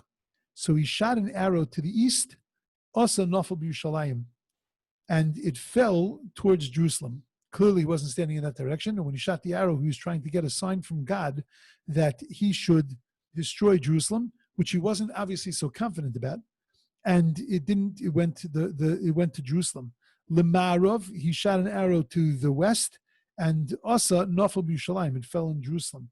La'arba Ruchos, he did it to all the compass directions, and Abaruchos Shemayim, Asa Nafal B'Yushalayim, and it went and fell in Jerusalem. So Amarei Liyanuka, so So it was pretty clear indication that God wanted Jerusalem to be destroyed. He let every arrow fall on Jerusalem. But that wasn't enough for the Emperor Nero. So the Emperor Nero went, and he went to a Yenuka. He went to a child, and he said to him, Psok li psukecha. Now, this was something that they used to do. Can't do it now. One of the reasons is that child doesn't necessarily know a pasuk, but you go to a child and you say to a child, it's psok li psukecha. Tell me the pasuk you learned today in yeshiva, and the first pasuk that comes out of a child's mouth is a message, a divine message for you. There are other methodologies that we use. There's the Graz Gairol. There are other things that we do, but this is one of the methodologies. Again, it's not really employed today, but it's one of the methodologies. Psik li psukecha. The first thing that comes to mind, it's like an association game. So then that tells me something. So Omer Lei, so the child said to him right off the bat, V'nasati es nikmasi be'edom biyad ami Yisrael, and I'll place my vengeance upon Edom by the hand of my people Israel. So the Emperor Nero said that Omer kudshabrichu, says that God boy licharuve bese, God wants to destroy his house, and uboy lichpure yode bahu gavra. Ding, ding, ding, ding, ding, ding. You see that? He says that God wants to he wants to wipe his hands on Hahu Gavra, on that guy. Who's that guy? Me, the Emperor Nero. Because at that moment, the Emperor Nero felt very, very tenuous. Why would God choose me? Why would I be the one to destroy Jerusalem? And in the end, God's going to punish me. Because you remember Pharaoh, God punished him. And you remember all those other guys, God punished them. So he's just going to take it out on me too. So, Orak, v'ozal, v'igayer. So he went, he ran away, and he converted. And Nafik Minei, Rabbi Meir. And Rabbi Meir came from him, the great Rabbi Meir. It's a dispute as to whether it was next generation or a few generations later, whatever. Doesn't matter, but the great Rabbi Meir came from him. Now, what? Just because he converted, he got a Rabbi Meir? He was a pretty nasty fellow. Why would he get a Rabbi Meir for his conversion? So the Ben Yoyada says that he didn't get a Rabbi Meir because of his conversion. Though a conversion is a beautiful thing, but it doesn't necessarily get you a Rabbi Meir. But the fact is that he was Mechabed the Torah. That he saw that child and he said to the child, Psik li psukecha. He said the answer to my question is going to come from the Torah. That covet that he gave to the Torah is what made it, when he then converted, that he would have a Rabbi Meir that came from him. That's one response. Another response is that he didn't destroy the temple. And the fact that he didn't destroy the temple, which was considered the Oro Shel Olam, it was the light of the world. So then he was Zaycha to have a Rabbi Meir who was also the light of the world. He lit up the world with his Torah. And the third thing the Ben Yoyada says is that because he was amazed by a miracle. Because when he saw those arrows falling on Yerushalayim, it opened his eyes and it made him think that he wasn't blind to the fact that God was running the world and that this was all miraculous. And that kavod that he gave to God, that also merited him to have a Rabbi Meir. So Shadrei ilavei liaspasianus Kesar. So when he saw this happen, so he ran away, he converted. So now they needed a general to be on Rome in order to be able to destroy Jerusalem. So Shadri Yilave Aspasianus Kesar. So they sent Aspasianus. So Aspasianus is the famed Vespasian. So Asa Vitsarla Tlas Shnei. So he was laying capture to Yerushalayim, laid siege to Yerushalayim for 3 years, and he was unsuccessful at destroying Yerushalayim. He could not get through in 3 years, and we'll talk why in a moment. So Havuba Hanu Tulasa Atiri. So one of the reasons is that there were these 3 very rich people in Yerushalayim, And they were Nakdimon ben Gurion, ben Kalba Savua, and ben Tzitzis Haksas. Now, these three, the very wealthy people in Yerushalayim, Nakdim ben Gurion, Shenakta Lechama Bavura. So let's tell about them first. So he was an incredible person because the sun stood still for him. That there was a time when they had the Romans had said that the Jews needed a certain amount of money. They borrowed money from the Romans, and they said that that if they don't pay it back at a certain time, so then they're going to destroy everyone. So Nakdim ben Gurion, as it happened, they weren't paid back. The sun set, but as the sun was setting, clouds came, and it was dark anyway because of the great clouds, and then it was great clouds, and the sun stood still. Nakdim ben Gurion was then able to get the money, and he brought it to the Roman, and he said, "Here, I'm paying you back." The Roman said to him, "It's too late. It's nighttime already." He said, "No, it's not nighttime at all." He says, "It's still daytime." He says, "How do you know it's daytime?" And at that moment, the clouds dissipated, and it was in fact still daytime. And because of that great miracle, many Jews were saved, and his name became known as Nakdimon ben Gurion because because the sun stood still because of him. This is not the only time in Jewish history the sun stood still, but those are other events. Okay, ben Kaba Sabua, ben the satiated dog. Why was he called the satiated dog? Shakola nichlas lebeso kishu rav kekelev. That anybody who would come into his house that was rav kekelev, that was hungry like a dog, that was starved, so then yotze kishu saveya. So he would leave when he was full, because Ben Kaba Sabu always had food. He always had things to take care of people, and that was his life. Ben Tzitzis Akeses, who was he? Shohaisa tzitzaso nigreres al gabi ksases.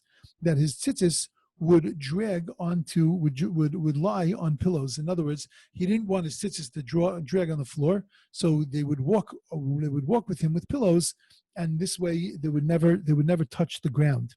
There was another version, Ikadamri, another version of this praise of Ben Tzitzis, and they would say that he was Shoisa Kistai Muteles Bein Gedoli Romi, that his tzitzis were sitting amongst the great ones of Rome. In other words, that he was a very important, considered very a chosh of a person, and that he kept his own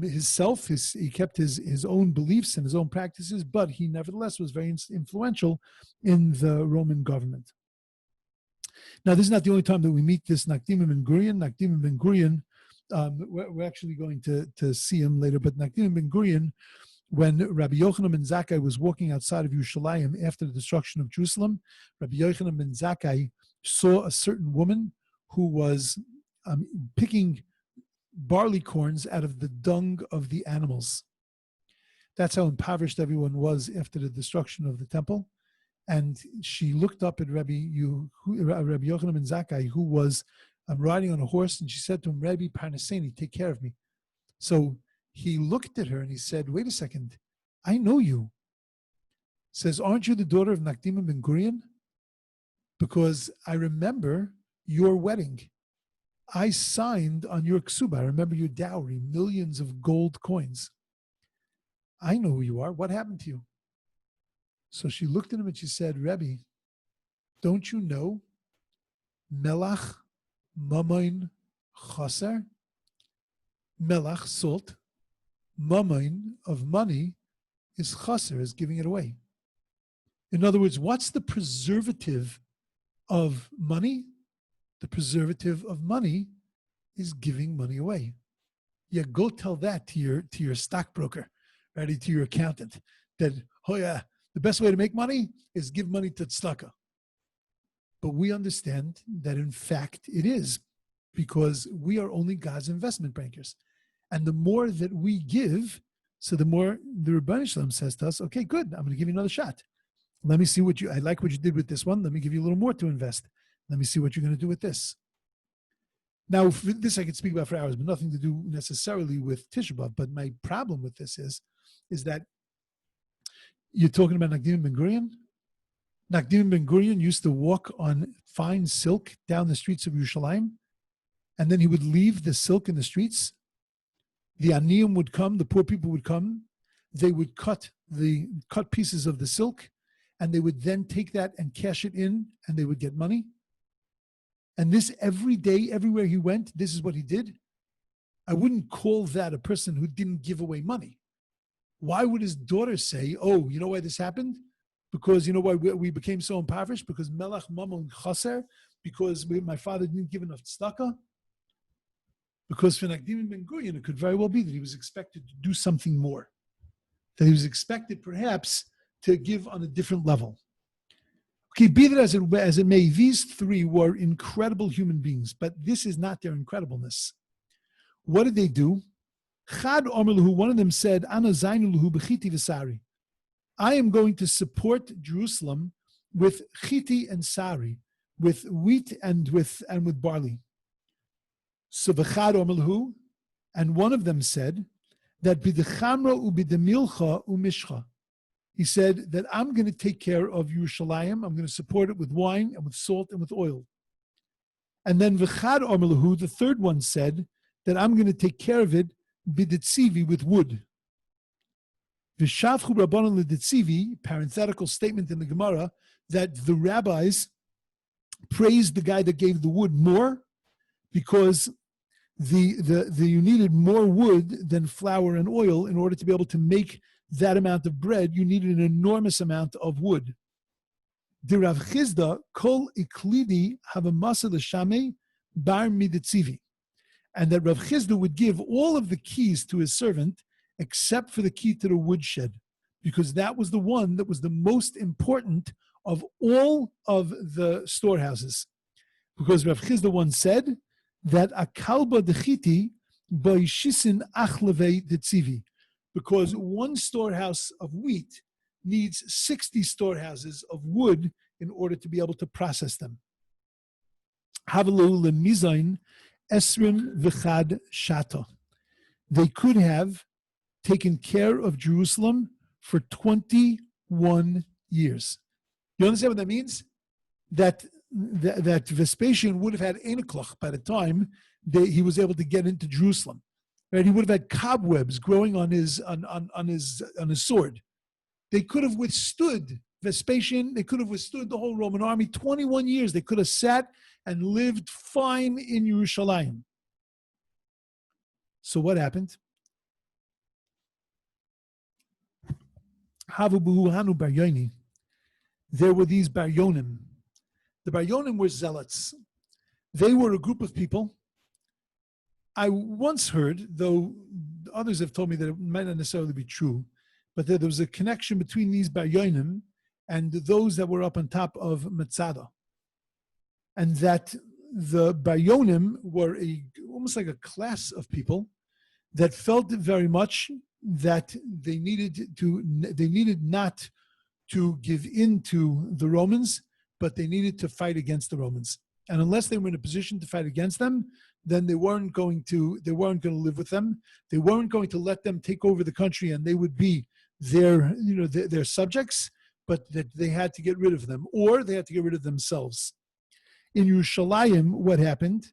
That there were these Hanu Biryoni, there were these Baryonim, that Omer Lahu Rabbanon, the rabbi said, Nefok, here we go, Nefok v'navid karva.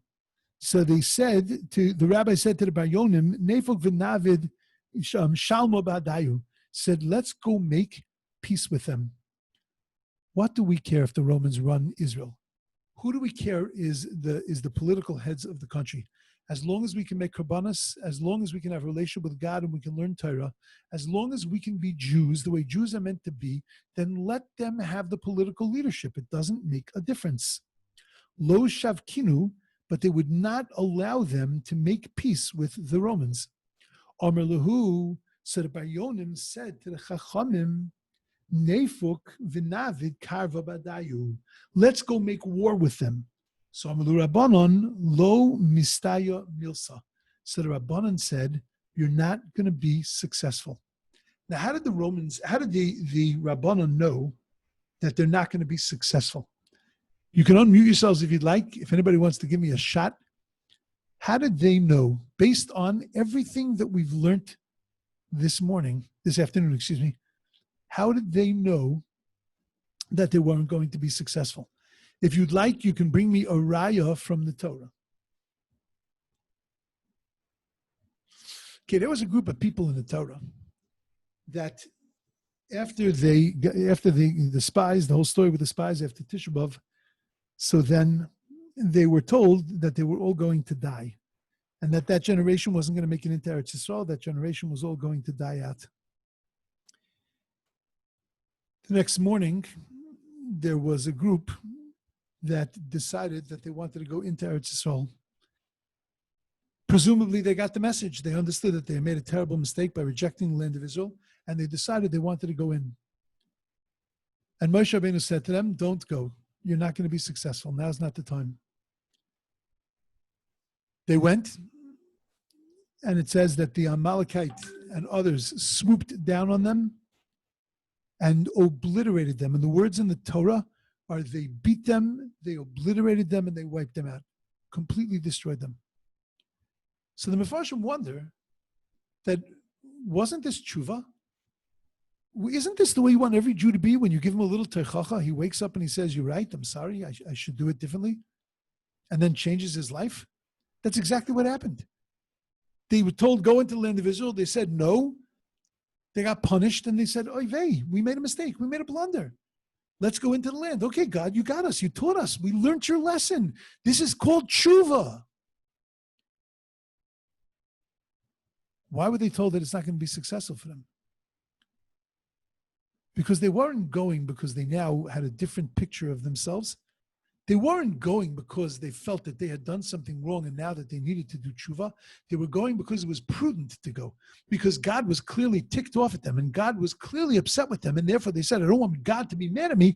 So you know what? I'll go. But it wasn't tshuva. It was prudency. It was making the right decision, smart decision to say that after you got into trouble for not going, now you're going to go. That's smart. But that's not changing. That's not upgrading yourself. That's not rehabilitating yourself. It is not knowing.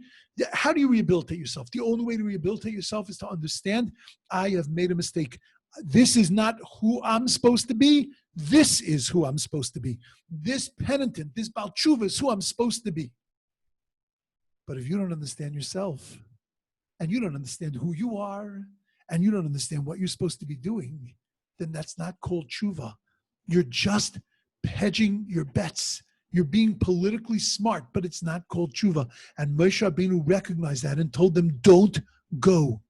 Because if you go, then it's not going to work out for you, because you don't have the strength to fight against your enemies. Because you can only fight against your enemies when you know who you are. When you don't know who you are, when you don't have that strength, you won't be able to defend yourself. And that's exactly what happened. And that's why the Torah tells us they were obliterated. Torah didn't just say they lost. Torah didn't just say they died. It says that they completely destroyed them. They wiped them out like they were toy soldiers. Because when a person doesn't believe in himself, you can destroy him in the most profound kind of way. And that's exactly what happened to them. You know, they tell a story. I don't know if it's apocryphal or if it's real, but they say that there was once a terrorist, an Arab terrorist, that was in prison. And he was talking to his Jewish jailer. And his Jewish jailer was eating a sandwich. And he looks at his Jewish jailer and he says to him, wait a second. Isn't today Passover? Isn't it Pesach? And he says, yeah. He says, and isn't that a sandwich of bread you're eating? Yeah. Isn't it prohibited for you to eat bread on Pesach? And the guy tells him, yeah, you have to understand, it's an ancient law, that we're modern people, it doesn't necessarily apply. And the Arab looks at him and says, we're going to win. We have nothing to worry about. Because if you don't feel your own sense of pride, so then you'll never be able to defend your land. You'll never be able to defend yourself. And that's why a lot of times what needs to be done is that we need to educate our soldiers as to who they are and what they are, what this land is, what this place is, so that they get a sense of pride, a sense of kavod, a sense of honor, a sense of self, so that they have the strength to be able to defend. Because that's where strength comes from. And that's why the rabbis turned to these Bayonim and said, you are an angry bunch, but you have no idea who you are. You don't know what you're defending. You don't know what you're doing. You don't feel a sense of your own pride. And that's why you can't let the Romans take over the country. You would never let yourself let the Romans take over the country, because that would take away from you.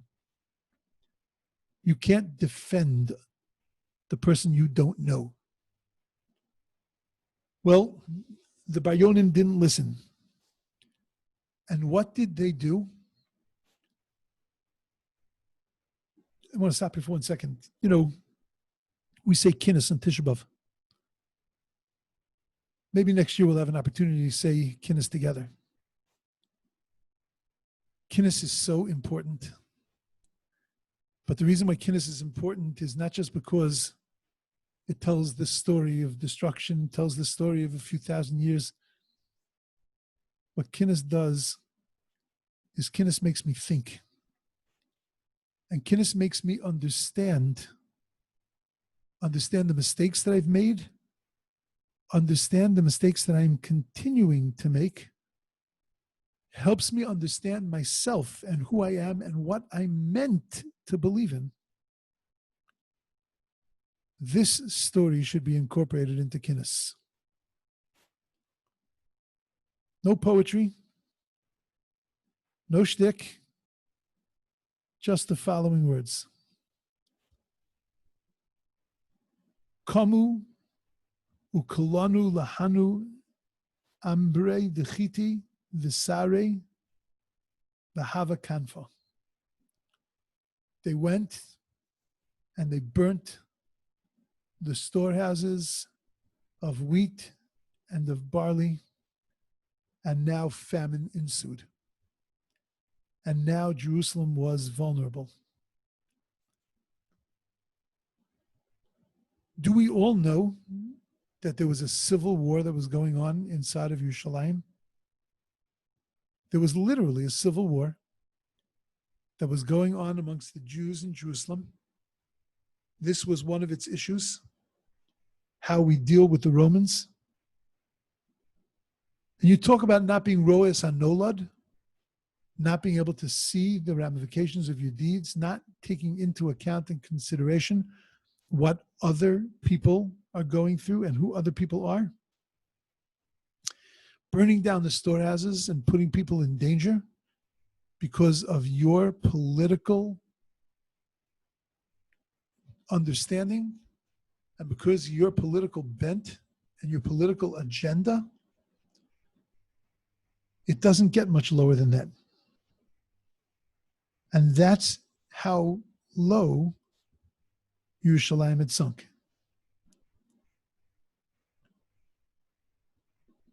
The Gemara tells an interim story. We know that Vespasian was leading Jerusalem. We know that there was civil war inside of Yerushalayim. They burnt down the storehouses that could have protected the Jews. And now there is famine ensuing. Now the Gemara tells us about how bad that famine was.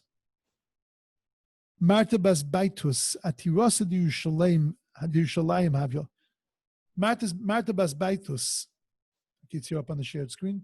Marta bas Baitus was from one of the richest of Yerushalayim. Shedarte lishlucha, and she sent her agent out. Va'amrlei zil isi li smida, and she said to him, "Go bring me silas, go bring me fine flour."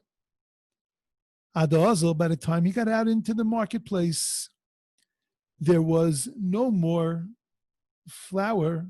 Is dabin, it was sold. So he went back to her, and he said, "Smida leka chivarti ika." He said, "There is no fine flour, but there is regular flour. You want me to get it?" Amrulay, she said to him, Zil Isili, of course. Go and get it for me. Adozel, by the time the servant got out there, is dabin, it was all sold. So Asav Amarla, he came back and he said to her, Chivarta leka, there's no regular flour, but gushkura ika, but there is coarse flour. Do you want me to get it? So Amrale Zil Isili, go get it. Ada Ozil is dabin, by the time he got there, that was sold out also. So Asava Amrla, he went to her and he said that gushkura leka, there is no gushkura, but kimcha desari ika, but there is kemach sa'irim. So Amrle, so she said to him, Zil Isili, go get me the barley. Ada Ozil is dabin. By the time he got there, that was sold out too. Have a shlifa misano. She had just taken off her shoes. Amra, and she said, Epok ve'echazei imishkachna midi demechal. I don't need a middleman. Let me go out there and see if I can find anything to eat. By the time I tell him yes, he's going to go and it's going to be gone. So let me go out there and see what I can find. So Esiv le parta bechara, and some dung stuck on her foot. And Umesa, and she died. Kari Allah Rabbi Yochanan ben Zakkai, Rabbi Yochanan ben Zakkai said about this woman, Haraka b'cha v'anuga asher lo nisisa kaf ragla. He said about this woman that she was tender. He quoted a pasuk that talked about the tender and the delicate woman amongst you who would not adventure to set the sole of their foot on the ground. In other words, this was not her normal practice. To walk outside was not a normal practice. To go outside without shoes was not a normal practice. And to step on dung was something that was far, far from her ability to be able to handle. And the Gemaros is just trying to give us a picture of what was going on in Yerushalayim. That the famine was causing not only death from starvation, but the famine was causing death because people were having to live in a style and a way that they weren't used to. You can imagine what it was like or you can't really imagine, but you can read the accounts and see the pictures of what it was like in the Warsaw Ghetto, where there were people that were dying, literally dying on the streets because of famine. And this is what was happening at the time in Yerushalayim.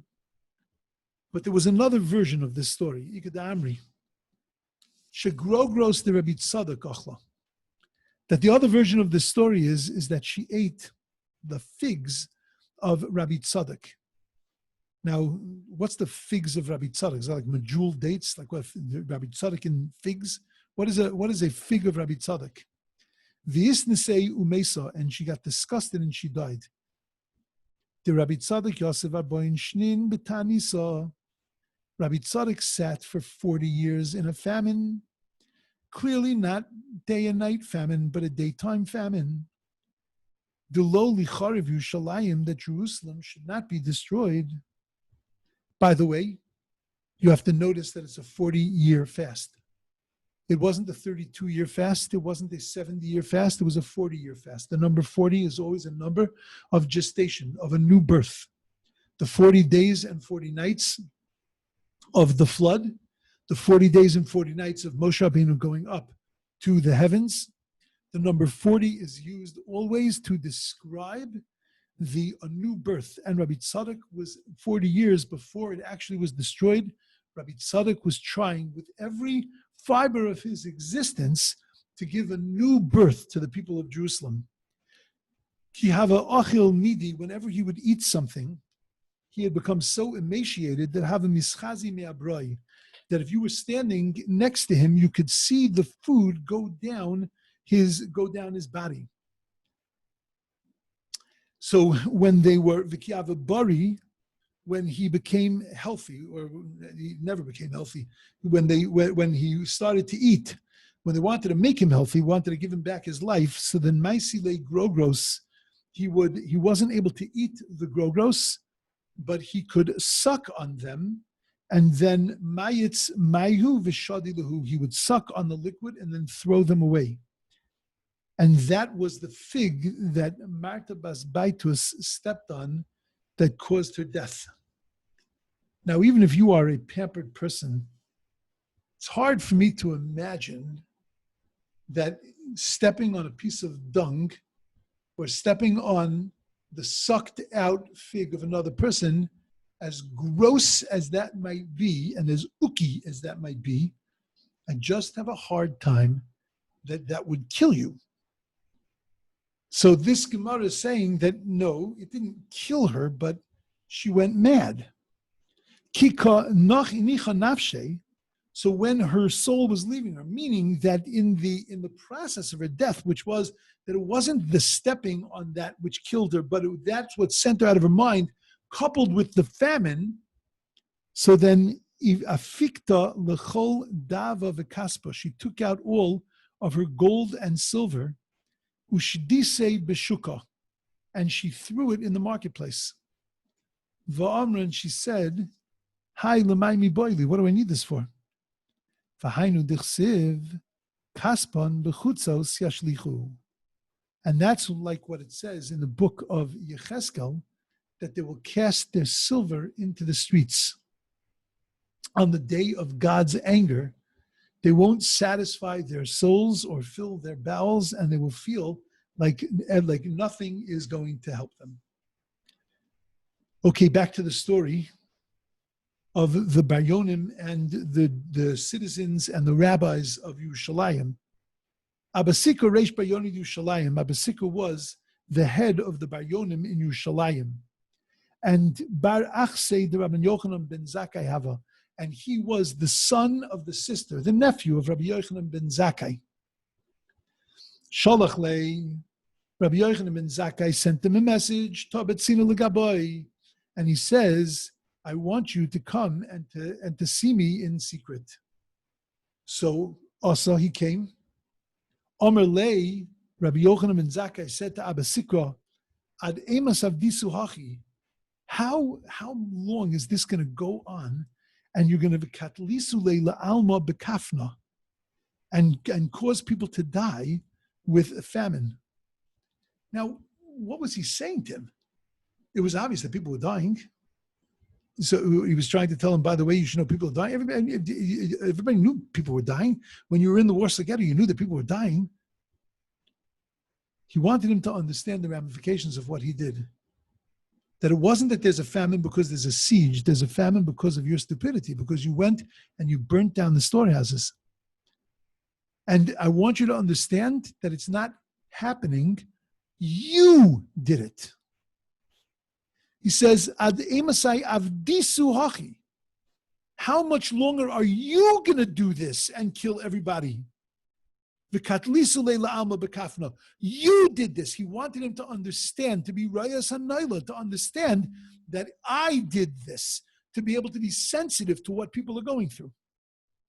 So Amalei Abba Sikra said to Rabbi Yochanan, my Evid, says, what do you expect me to do? Di amina lahu midi. In other words, he was trying to say that it's not me, I'm on your side. But my people, there's nothing I could say to them. If I say anything to them, katluli, they're going to kill me. Because again, fitting with our theme, they had no ability to accept tochacha. They had no ability to accept to accept this rebuke, this criticism. So Amalei, Rabbi Yochanan ben Zakkai said to Abba Sikra, Chazi li takanta lididi. So he says, give me an eitzah. Tell me what I should do. The apok. He says, give me an eitzah that I will be able to leave the city. Efshar dahavi atzal lapurta, because maybe I could save us a little bit. Because maybe if I get out of the city and I go to speak to Vespasian, I can talk sense to Vespasian, and maybe I will be able to save the Jews. So Omerlei Sikra said to Rabbi Yochanan ben Zakkai, Nekait nafshach b'kitziri. So he said to him that you should put yourself as if you let people know that you're sick, and let your students tell people that you are dying. V'leisi kula alma v'lishai lubach, and then everybody should come and daven for you and bishal b'shleimich to see how you're doing. Va'aisi midi sarya, and then in the meantime, you should take some rotten meat and you should put it, vagani gaboch, and you should put it under your bed. Vilemru, and the word should go out, dinach nafshi, that you died. If anybody comes by, they'll know you're dead because they'll smell that rotten meat, which smells like a rotting person. V'le'al b'cha tamidach. But let your students come in, but only your closest students. V'lo bach inish achrina. Nobody else should carry your bed, should carry your mita. D'lo ligarshan bach dekolilat. Because if anybody helps pick you up, they're going to realize that you're still alive because you are light. Because the inu yadi the chaya kol memisa, because everybody knows that a light person is light, that a live person is lighter than a dead person. So Ovid Hochi, so this is exactly what Rabbi Yochanan ben Zakkai did. Nichnas bo Rabbi Eliezer mitzad echad, Rabbi Yoshua mitzad acher. Rabbi Eliezer and Rabbi Yoshua, his two beloved students, stood on either side. Kimatu lepischa, when they got to the opening, they got to the gate, to the entrance of the city. Bo lemidkere. It's a question whether it's the Zealots or whether it was the Romans, but Bo lemidkere, they wanted to stab him to find out whether he was really dead or not. So Amalahu, Yomru, people are going to say Rabban Dokru. People are going to say that you speared your rabbi. So Bo lemidkere. So they said, okay, we won't stick him, but we'll at least push him. Nobody will know if we pushed him, and we'll see if he's alive. So Amalahu, Yomru, what are you talking about? Rabban Dochfu, they're going to know that. So Paschulei, Bava, they opened up the gate, and Nofak, and he left. They took him out. That was the argument. The argument was, what are other people going to say? Yeah, that was the argument. Because again, fitting in with everything we're saying today, they had no sense of self. And their self was defined by the way other people saw them. And therefore, if the Romans were going to look at them as inferior, the Romans were going to say they stuck their rabbi or they pushed their rabbi, then they weren't going to do it. Not because it was right or wrong. Could have easily said to them, "Nah, he's a Talmid Chacham, you can't do that. What's the matter? You're religious people. The Bar Yonim were nuts, but they were religious. Go up on top of Mitzada, and you technically you see, what the effect, what the remnants of religious life. There wasn't the taina that they weren't religious. So why didn't they just say to him, he's a Talmid Chacham, he was once a walking, living, breathing Sefer Torah. You can't stick him because it wasn't going to do it for them.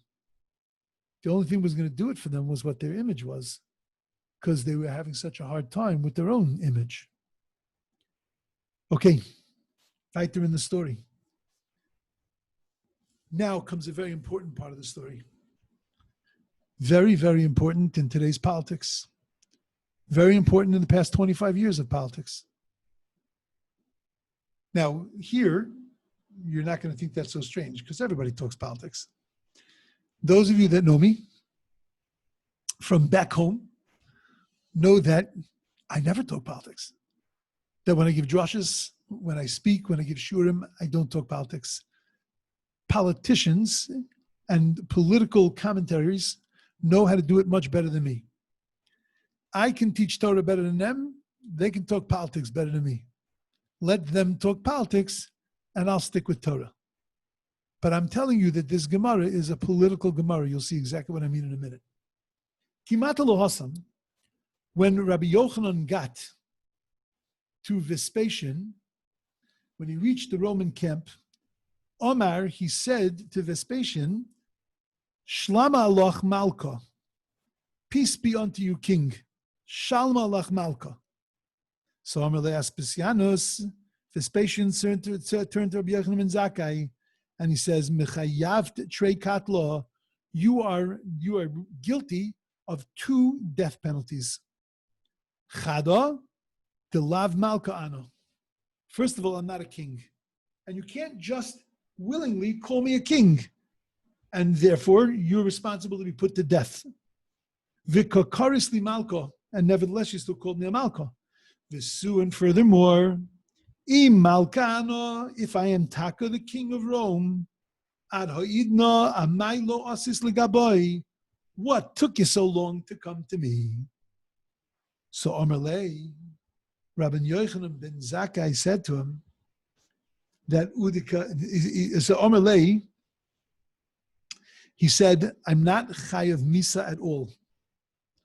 Erstens, first of all, when you said Udika Amris Lav Malka Ano, when you said that you're not a king, Ibra Malka At. You should know you are the king. Di Lav Malka At, because if you are not the king, Lo Mimser Yerushalayim Biyadoch, then you never would have been able to destroy Jerusalem. It wouldn't have been given over to your hands. Because Jerusalem, being the important city that it is, God would never give it over to the hands of no one's. Dichsiv, as it is written, V'halevanayin ba'adir yipol, ve'ein adir elamelech. It says that Jerusalem is going to fall by a king, and an adir is a king. It's going to fall by an adir, excuse me, and you, an adir is a king. Dichsiv, v'hoya adiro mimenu. Umoshlo mikirbu yotza. From that part of the pasuk, we understand that an adir is a moshel, it's a ruler, a king. V'yein levanayin ela beis hamikdash. And the Levanon that's mentioned in the pasuk, which says Levanon is going to fall in the hands of an adir, that's talking about talking about the Beis Hamikdash. Shenemar hahara tova zeva halevanon, as it says, this good mountain and the Levanon. So why is the Beis Hamikdash called Levanon? Why do scriptures refer to it as a Levanon? Because it's malbin the chatayim of the Jewish people. It whitens the sins of the Jewish people. The Maharsha says that the Har HaTov, that this good mountain is referring to Yerushalayim, Har Moriah, and the Levanon, that's referring to the Beis Hamikdash. And that is going to be given over only into the hands of an Adir. Then he says to him, Zweitens, when you said, Im Malka Ano, when you said that if I'm a king, then amai lo ka'asis ligabai ado idna, why didn't you come to me until now? So he said that I couldn't, because Bayoni the Isbach lo shavkinon. He wanted him to understand that it was the Bayonim that prevented him. And if that's the case, I didn't do anything that was untoward, anything that wasn't right. I couldn't come to you, though I believe that you are the king. I couldn't come to you because I had these bayonim on my back. So Amalei, so he said to him that ilu chavis shel devash.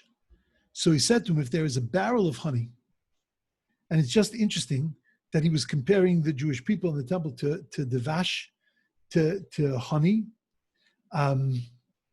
It wasn't a praise of the Jewish people.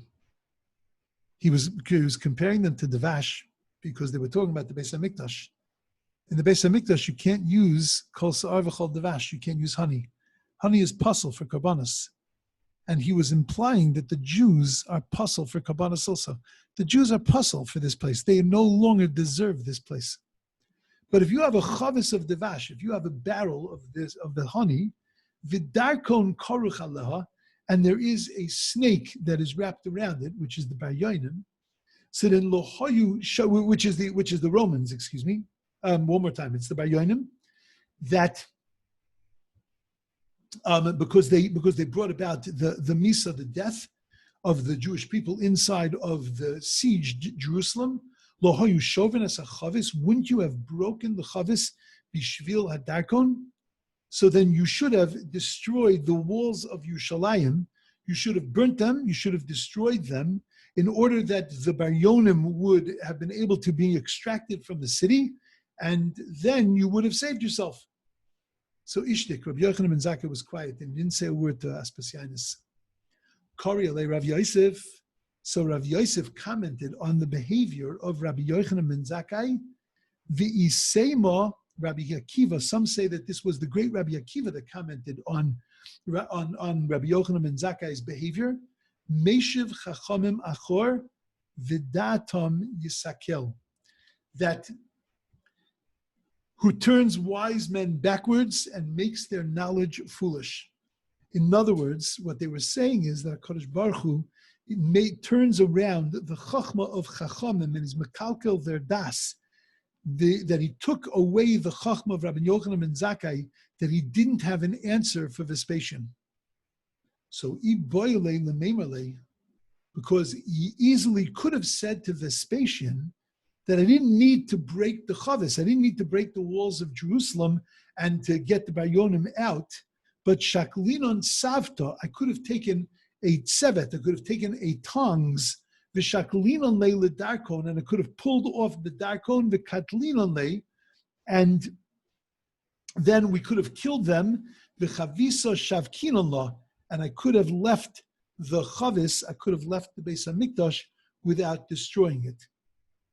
Now, we'll get back to that conversation in a second. Rabbi Yochanan ben Zakkai told him that he was the king. And he told him that he was the king because he knew that he was the king, because it was because of him that he was going to be able to destroy Jerusalem. Only kings would be able to destroy Jerusalem. But God did him a favor. He brought a little miracle. Adahachi asa pristika ale mirome.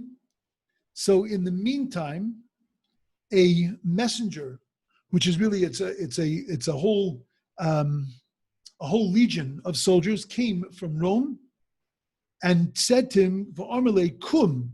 They told us, "Pesianus, get up." The Maisle Caesar, the Caesar had died. V'amri hanu chashivi de Romi lo sivach beresha. And the nobleman of Rome said, "You have to be brought back at the head." In other words, you're going to be made into the king of Rome. Now imagine this rabbi just told you that you're the king. He just told you that he knows you're the king because you're destroying Jerusalem. And now you're getting confirmation that at the very same second, you're getting confirmation that you have been made the king of Rome. Savasiyim chad misani. So he was wearing only one shoe. He wanted to put the other shoe on because he wanted to put the other shoe on to get dressed. Lo ayil, but it wouldn't go on. And so then he was worried, maybe he's sick or something. So Baal the Mishnah told the Idachs he wanted to take the other shoe off. Lo nafak, it wouldn't come off.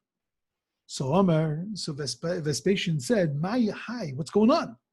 So Amar Lei, Rabbi Yochanan ben Zakkai said to him, "Lo titztayer shemua toiva asyalach." Says, "Don't be nervous." Says the reason why it's not fitting, it's not because you're sick, but because you have just gotten good news, and we know that good news u'chidechsiv shmua toiva tidshain etzem. That a shmua tova, good news, is to dashain etzem. It makes the bones expand. So elamaita kanti. So how do you fix it? Well, laisi inish the lo mitava datach minei. So bring a person who you don't like, the lichlaf kamoch, and let him walk in front of you. Kidechsiv, as it says in the pasuk, v'ruach necheya tiyabesh garim. That feeling bad is going to, a broken spirit is going to dry up the bones. So Avid Hachi did exactly what he told him, and ayil, and it happened. His foot now, he was able to get the shoe, he was able to get the other shoe on. So Amarlei, and now that I see that you're so smart, so good, I was king, and you couldn't come because of the Bayonim, I understand, but you're a smart man. You know exactly what to do in these situations. You would have known what to do and how to handle this situation. Why didn't you come and see me? So Amarlei, Loi Amrilach. So he said that I couldn't come because of the Bayonim. Didn't I tell you already that I told you because I couldn't come because of the Bayonim? So Amarlei, Anonami Amrilach. It's not an excuse. I told you that you still should have come. So Amarlei, this patient said to Rabbi Yochanan ben Zakkai, so once I've been made into king, Mezel Azilna, so then I'm going to Rome. And another person is going to come and take over. But tell me what you want, and I will give you whatever it is you want.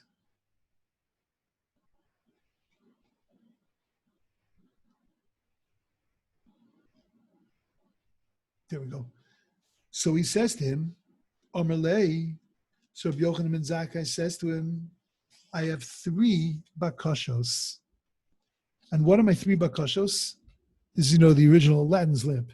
He says to him, Tain li Yavna v'chachameha, give me Yavna and its wise men, v'shushilta to Rabbi Gamliel, and don't kill the mishpacha of Rabbi Gamliel Anasi, so that they're from Machus Beis David, and therefore when we want to reestablish the kingdom, they will be available for us to be able to establish the kingdom.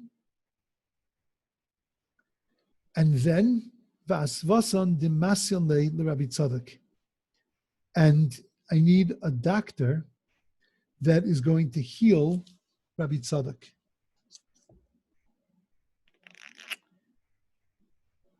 Fascinating. First of all, why these 3 things? So he's asking for these 3 things because he's asking to be able to reestablish the Jewish people. So then he needs chesed, he needs din, and he needs rachamim. He asks for Yavna v'chachameha. He asks for Torah, which is, in essence, chesed. Torah teaches us how to live with ourselves, live with other people. He needs din, which is Rabbi Tzadok. Rabbi Tzadok was really representative of the Midas Hadin. He was davening to Hashem in the most strict kind of way, in order to be able to get the salvation of the Jewish people. And he asked for Rachamim, he asked for the Shulshalta to Rabbi Gamliel.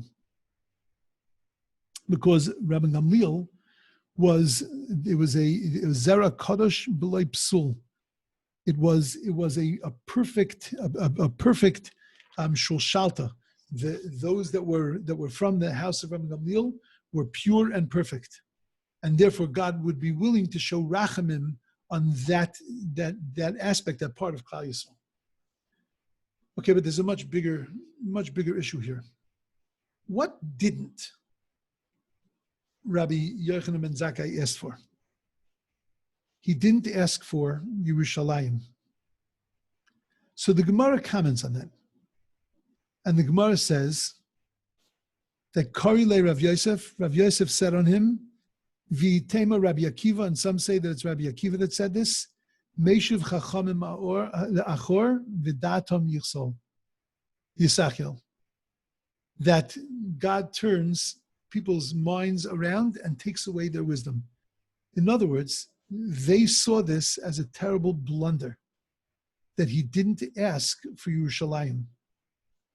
So he boi lememerle l'shavkinu chadazimna, because he could have said that, look, do me a favor, leave it alone and don't destroy it this time. So v'hu savar, what did Rabbi Yochanan ben Zakkai teach us? What was his rationale? Dilma kule haylo ovid, because maybe he wouldn't do that much. In other words, he'll give him Yavna and his wise people, even though they were trying to wipe out Torah. He would give them Rabbi Tzadok, even though they were trying to wipe out a connection with God, and they would give them Malchus, they would give them the Shulshalta, the Rabbi Gamliel, even though they were trying to wipe out the leadership of the Jewish people.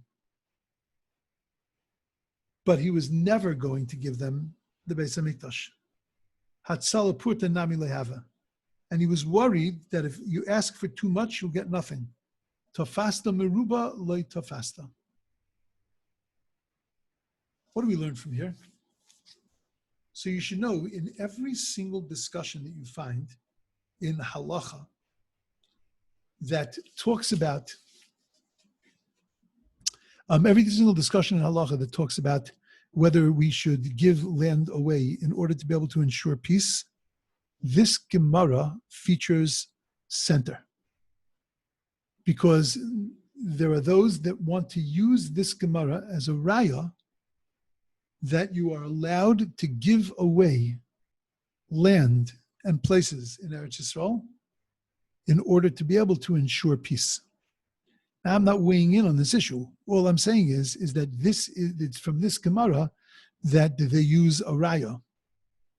Happens to be that when they used this raya about 25 years ago, and there were those that theoretically would have advocated to give back or to give away pieces of land, they practically supported those that felt that you couldn't give back land, though they held that halachically you could based on what happened with Rabbi Yochanan ben Zakkai. Practically, they said you couldn't because it has to be able to ensure peace.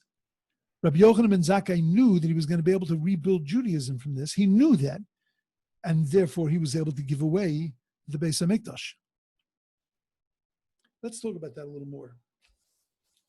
Don't we need a Beis HaMikdash if we're going to rebuild Judaism? So we know that in the Mishkan, the ark was made in such a way that the staves, the sticks of the ark, were planted on either side of the ark, on either side of the Aron. They were made like Q-tips. They were fat on each end. And the reason they were made like Q-tips is so that you would never take them out of their rings.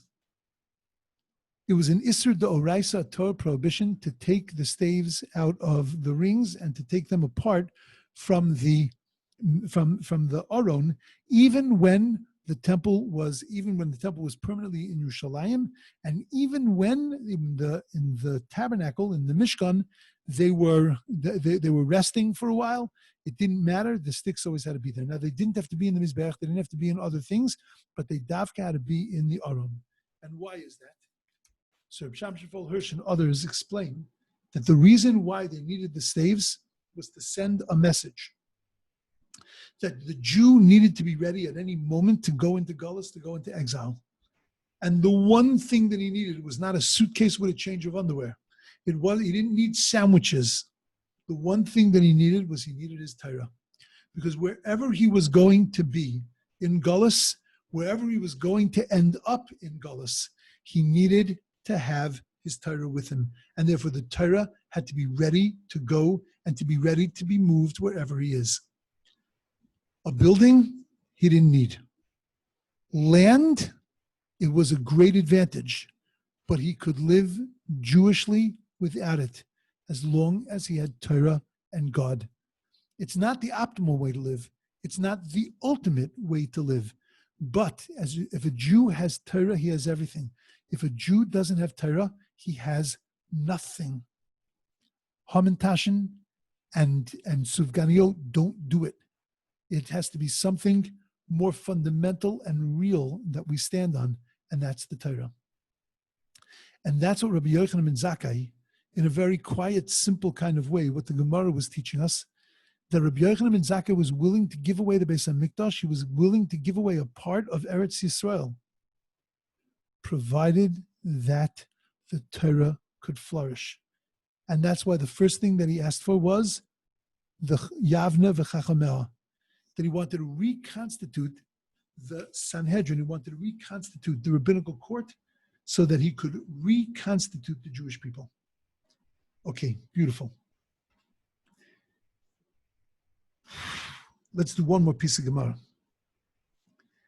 So the Gemara says that Asfason the Messiah Leila Rabbi Tzadok Maihi, who was this doctor that we were looking for to save Rabbi Tzadok? So the Gemara says, Yoimakama Ashkiyua Maya de Peri. What did this doctor do? So the first day, what he did was he gave him a little bit to drink the water that contained bran. And the next day, so Lamachar Maya de Sipuka, the next day he gave him the flour and the water with flour and bran also. Lamachar the next day, Maya de Kimcha ad de Ravach Me'e Purta Purta. So the next day they gave him water only with flour in order to be able to strengthen his stomach little by little. So who did they send to destroy the temple? So Vespasian was out. Nero was out. Vespasian was out. Okay, so now they brought in the relief pitcher. So Azul Vishadre the Titus Arasha. They brought in Titus. Vespasian was called Vespasian, Nero was called Nero, and Titus gets a special appellation called Titus Arasha. V'amar I Elohimo Sur Chasayu. So he said that where is their God, their rock in whom they trusted. So Titus was all about degrading God, not just about destroying Jerusalem. Titus Arasha shecherev v'gidev klapi mala. So this is what he did. He was mecharev megadev, that he went and he blasphemed God, not just came to destroy a temple.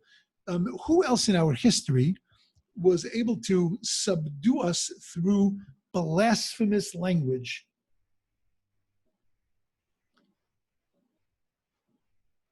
Biblical figures for 10. Oh, I just heard a voice from the other room. Bilon. I was not thinking of that one. I was thinking of someone else. Goliath. Goliath intimidated us not only because of his size, but he intimidated us because of the things that he was saying. He would come out when we would say the Shema, the times we would say the Shema, and in morning and the evening, and he would blaspheme against God, which is very disturbing for us. And we were sitting there trying to say Shema Yisrael Shem Elokeinu Shem Echad, and we were totally put off by that and intimidated by Goliath. So this is what Titus was trying to use, that game plan. So also, what did he do? Tafas Zaina biyado. He took a Zaina, v'nichnas lebeis Kodshei HaKodshim, and he brought her into the Kodshei HaKodshim, into the Holy of Holies. V'yitzia Sefer Torah, and he unrolled the Torah. V'avra la avera, and he had relations with her in the Kodesh Kadoshim on a Sefer Torah with a professional prostitute. V'notal sayef v'gider asapareches. And he took the sayef, a sword, and he pierced the paroches, the cover of the Holy of Holies. V'na'aseh nes, and a miracle happened. V'yadam mevatzvei tzviyosei. And blood came and spilled out. Now I understand why it's a miracle, because it's not normal for piercing a curtain and blood comes out of it, but why would God make a miracle? God makes miracles when we need miracles. He makes miracles that are functional, or he makes miracles when he needs to peek out behind Hestepanim to let people know that he's there. How did this accomplish either of those two goals? And I think that what God was doing was he was really strengthening the heart of Titus. That he wanted Titus to get the impression that he had done something and that he had accomplished something and that he had really fought against God. He really pierced God. Because all it was going to do was going to push Titus to the brink.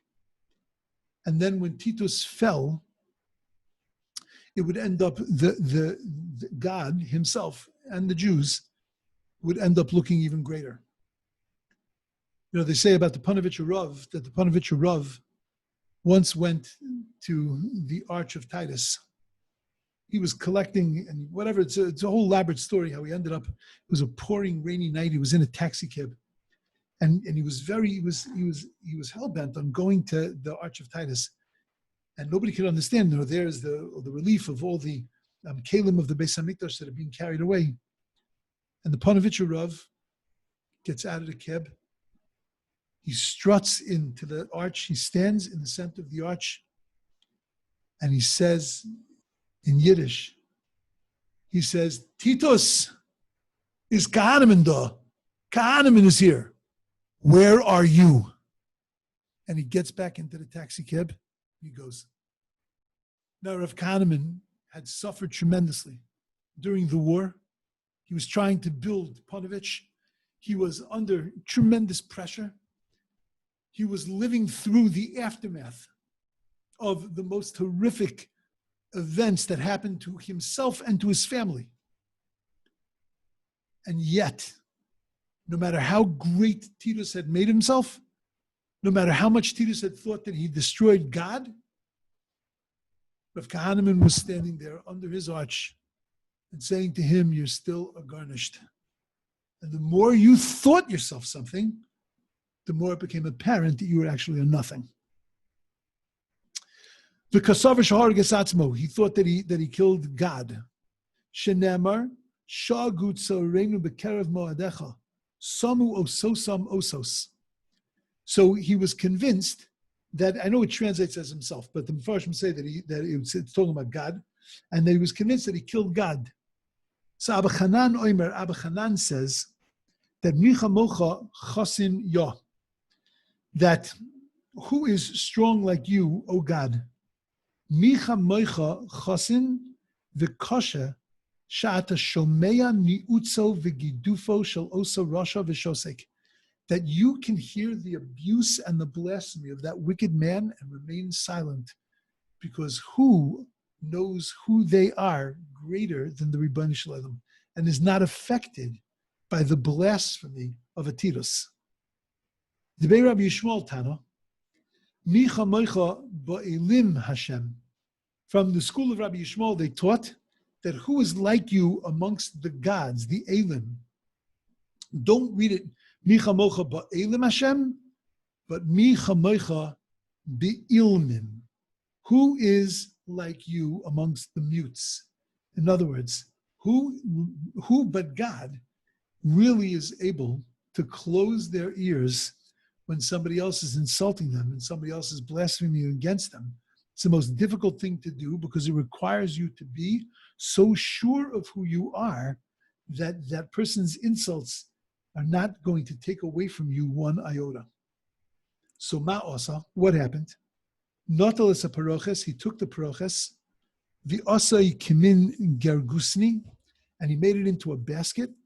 The hevi kol hakelim shebemikdash, and he took all the kelim of the mikdash and he put them inside. V'yishivon bisfina, and he put them into a boat. Leilech lishtabeach beiro, to go and to use it to gain accolades for himself back in his city. Shenemar, as it says, Uvechein ra'isi rishoyim, as it says that I saw the wicked buried and come to their rest, but those that had done right were gone from the holy place and were forgotten in the city. This also is vanity. So para'isi rishoyim kuvrim ubo, umimakom kodesh alechu v'yishtakchu ba'ir asher kein osum. The Gemara darshans the pasuk and says, Al tikri kivurim, don't read it as kivurim, ela kivutzim, as ones that are collected. V'al tikri v'yishtakchu, and don't read it as the ones that were forgotten, ela v'yishtabchu, but rather as the ones that were praised. In other words, according to this interpretation of the pasuk is speaking about those that are going to gather and collect items from the Beis HaMikdash, and they're going to use it to be praised when in effect, all that's going to happen is that there's going to bury them. There are those that say, Kavurim mamish tafilu mili de mitamron iglaya lahon, that there are those that learn the pasuk as it means actually buried, because even things that had been buried were revealed to them. In other words, that Titus and his soldiers found the things that were hidden underneath the Beis HaMikdash. That's a subject for a whole nother discussion. Okay, Omer Alav, Nachshol Shabiyam. So there was a wave that rose up against him in the sea. Litova wanted to drown him. So Omer Kimeduma Ani, he said that it appears to me that Sheloheim Shel Elu, that the God of these Jews, Ein Gvuraso Ela B'mayim, that his power is only in the water, because he's always playing with water. He did the flood thing, and then he did the Moses in the water thing, and it's always water. He split the sea, he did water from the rock. There always seems to be water. So ba paro tavu b'mayim, uba sisra tavu b'mayim. With Sisra also there was water. Afu emid alais, he's trying to get me with water also. Tov eni b'mayim im gibor, and he wants to bury me. So to drown me in the water. Im giborhu, if he's so strong, yalav yasha liyabasha, let him come onto the dry land. V'yasi milchama. Then we'll fight there. Yotza Baskol V'Yarmalai. A heavenly voice came out and said, Rasha ben Rasha, the wicked one, the son of a wicked one, ben Benaishal Esav a Rasha, from the family of Esav a Rasha, Birya Kali Yeshli Boilami. I have a very small, insignificant creature in my world, the Yetosh Shema, and its name is a Yetosh. It is a gnat. So a my Korele Birya Kala, the Gemara asks, why was it called a Birya Kala? Why was it called a small Birya, the smallest of creatures? De ma'alona islay umefakno lesne, because it can take food in, but it doesn't have a thing for excretion, which means that it can't live very long and it doesn't grow. Aleili abasha v'tasim mochama. Come on, let's go, buddy. Come on onto the ground, onto the earth, and let's see you fight against this guy. So Alali abasha, he came onto the ground. Ba yitash. So the Yitesh came, v'nichnas b'chotmo, and went into his nose. V'nikar b'mocho sheva shanim. And it was sitting and picking away at his brain for 7 years. Yoim achad hava kocholif abava de beinafcha.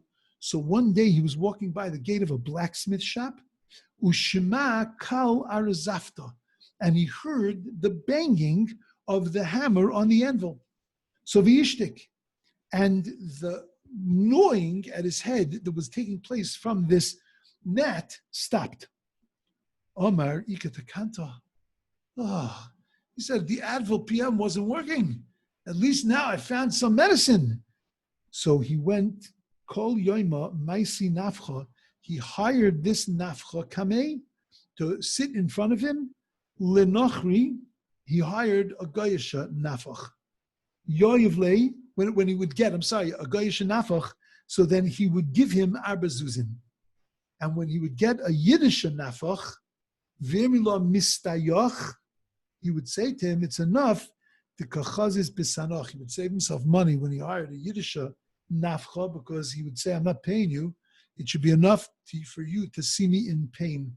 That should be worth enough, and that's my payment to you. He did this for 30 days.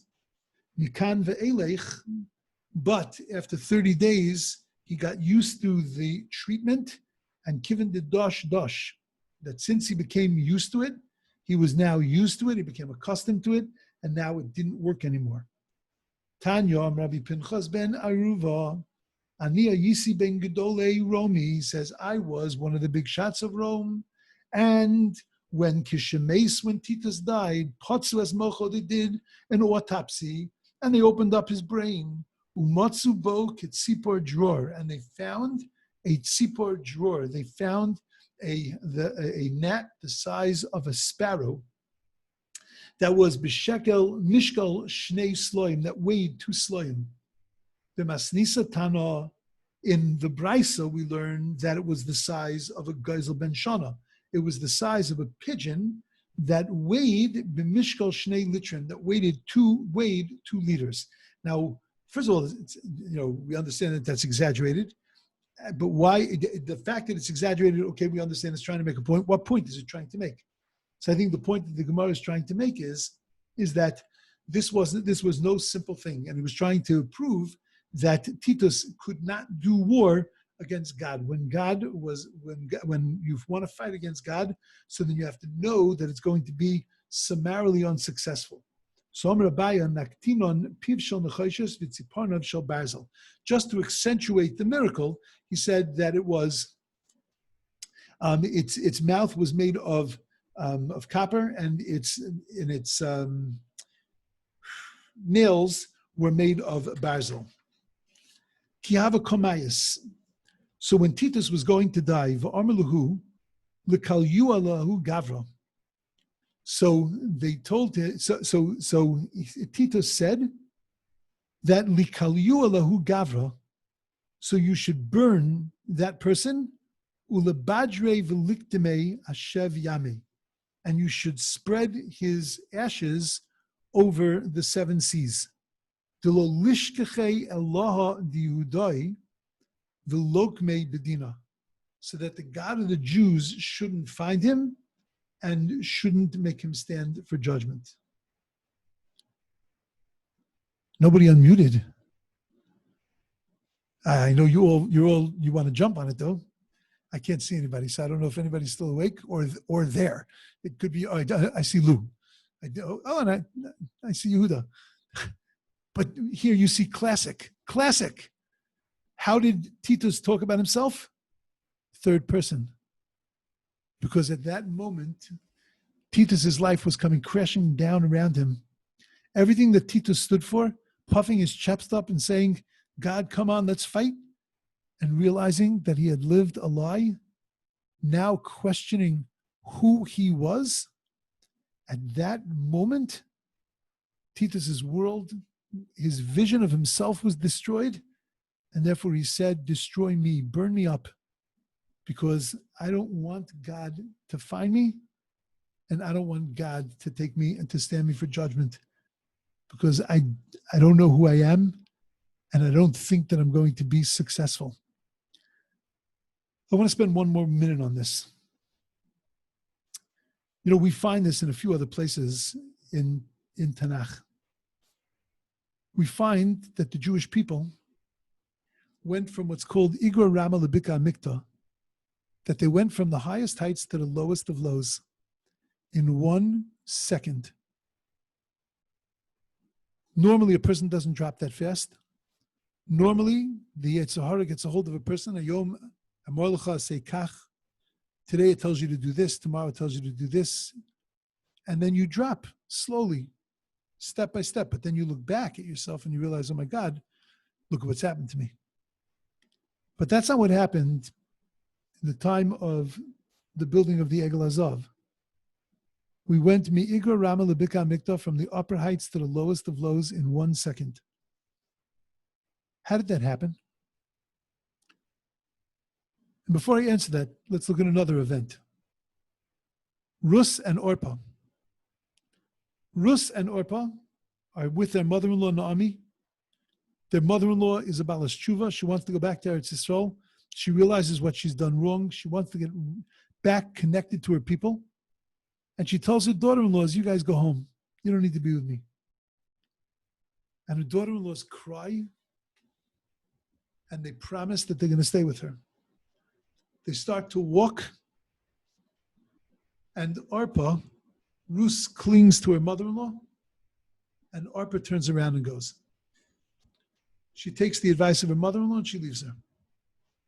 The Medrash says that night, Orpah had relations with 100 soldiers and a dog. This is the very Orpah that wanted to cling to God and to the Jewish people, that wanted to cling to her mother-in-law and wanted to become Jewish along with her mother-in-law, who wanted to be a Balas Tshuva. This is the very same Orpah that was what seemed to be on the cusp of becoming a tremendous example for what it is to embrace Judaism. And as soon as she walks away from her decision, she goes, Me'igra Rama Lebika Amikta, from the upper heights to the lowest of lows.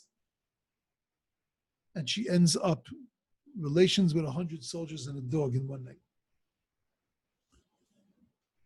What's the Tzad HaShava? What's the commonality between the story of the Jews at the foot of Mount Sinai, building the golden calf, falling Me'igra Rama Lebika Amikta, from belief in God to a belief in a golden behemoth, to Orpah's disintegration, going from a potential Bas Yisrael to the lowest of lows? What happened to us at Har Sinai? According to the Medrash, God showed us a vision of Moshe Rabbeinu, and that Moshe Rabbeinu was dead. And at that moment, we became confused.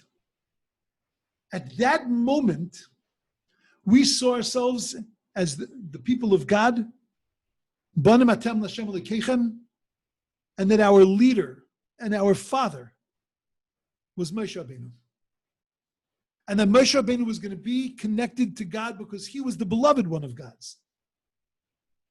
And now that we saw that end, we became confused and unsure of ourselves.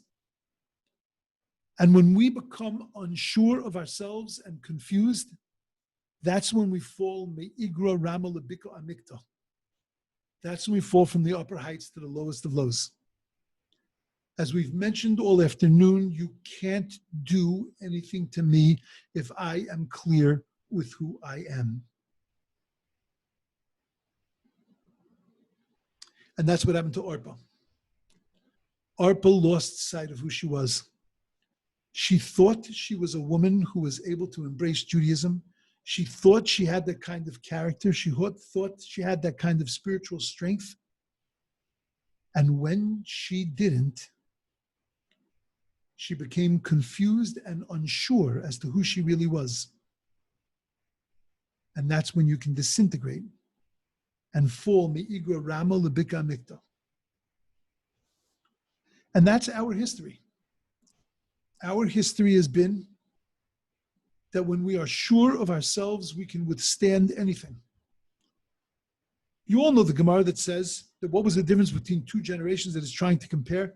One generation, people got along with each other and therefore they were successful in their battles, though they weren't particularly religious.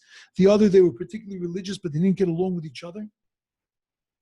And that we learn from there that God loves it when his children get to get along with each other, because the only way to get along with another person is to know yourself, is to be comfortable with who you are. And that is the essence. What HaKadosh Baruch Hu wants us to know is who we are. The Mishnah in Pirkei Avos says that he created us b'tzelem Elokim, he created us in the image of God. The Chiba Yisera was an extra measure of love that he told us that we were made b'tzelem Elokim, because he needed us to know how chashuv we are, how important we are. We learn all these stories. We learn about the destruction. We read Kinnis. We cry on Tisha B'Av, not to tear ourselves down, but to let ourselves know the kind of potential that we have, who we really are, and that we need to get to know and understand who we are and what we can accomplish. And the more that we can accomplish, the more that we can do, so then the greater chances are that we're able and have the strength to bring the geula, the redemption. Okay. I don't want to hold anybody captive. So anybody who wants to leave, go right ahead. If there's one person that stays, I'm happy to continue learning through the Gemaros. Okay, Kiava Kamayas, we said. Okay, beautiful Gemara now. Gemara takes a little, the Gemara talks, it's a Titus Gemara, but it's a little bit off to the side. The Gemara says, Unculus bar Clonicus, bar Achse de Titus Ava. He was the nephew of Titus. So Boili Agyure, so he wanted to convert. Ozal, he went, Aske le Titus Benegida, and he brought Titus up in a dream. There's such a kind of sorcery. So he brought him up and he talked to him in a dream. And V'armalein, he said to him, Man choshebahu alma. So he said to Titus, he said, who is the most important, the most valuable people in this world? So Titus said, Amalei, Yisrael, the Jews. So Maglid Bugibahu, Ni Unks, what do you think? Is it a good idea for me to become part of those people? So Amalei, Titus said to him, Milayu Nefishin. They have a lot of mitzvahs. It's good. You don't really want to be Jewish. You don't want to have to keep all those mitzvahs. So v'lo matzis likuyuminu, you're not going to be able to keep them. Zil igari bahu alma.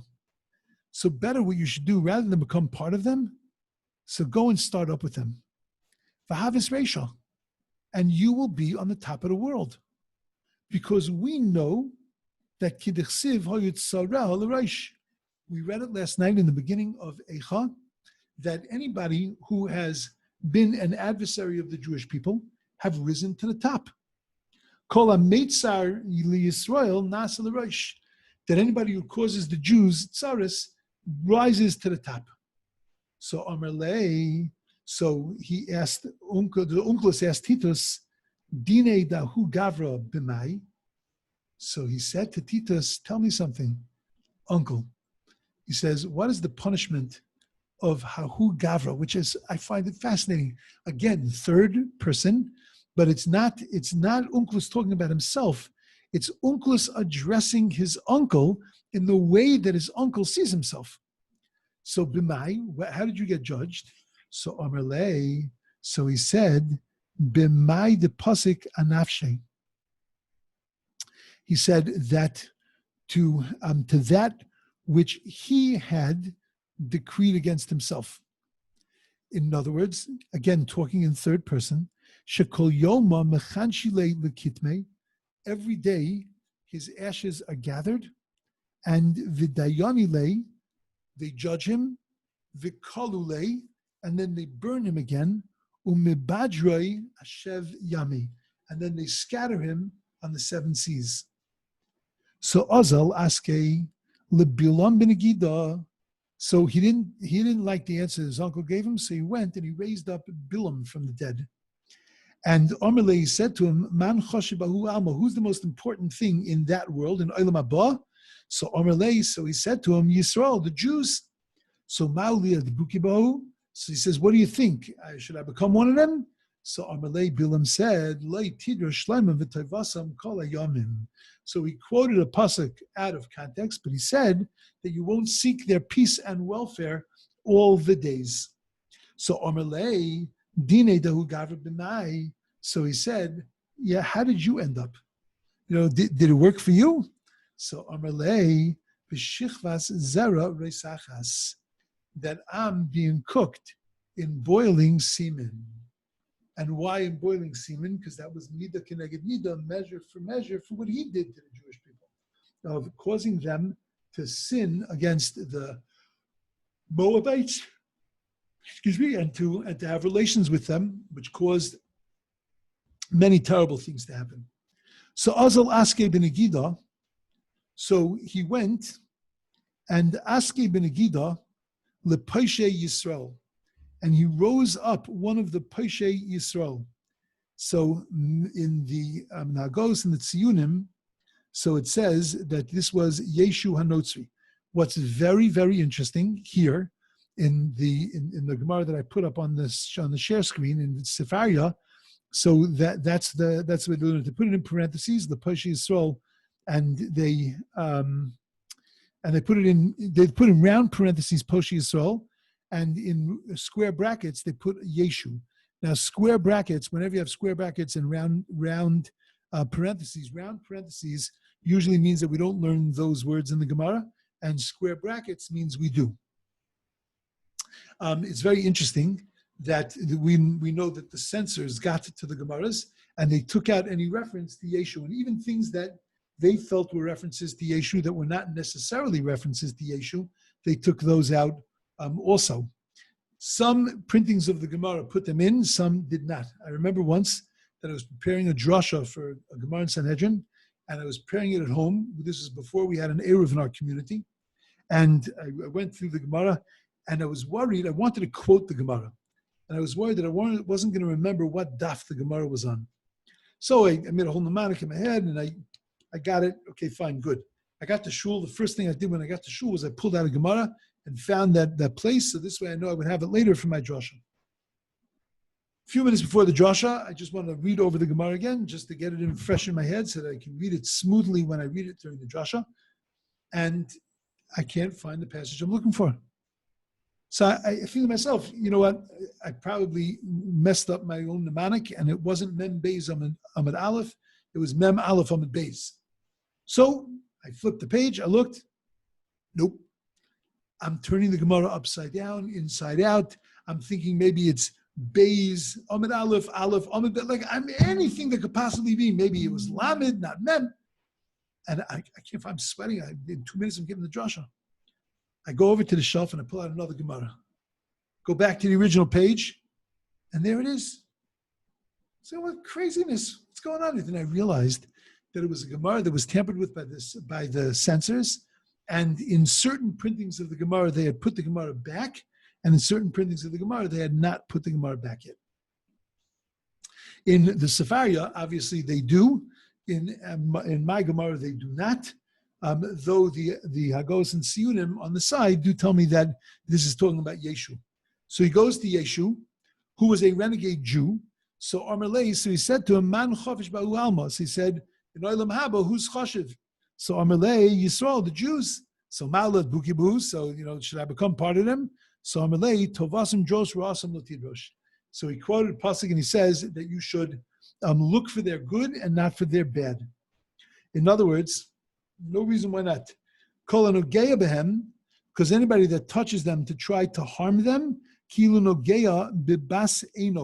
it's as if you are touching the center of the eye of God.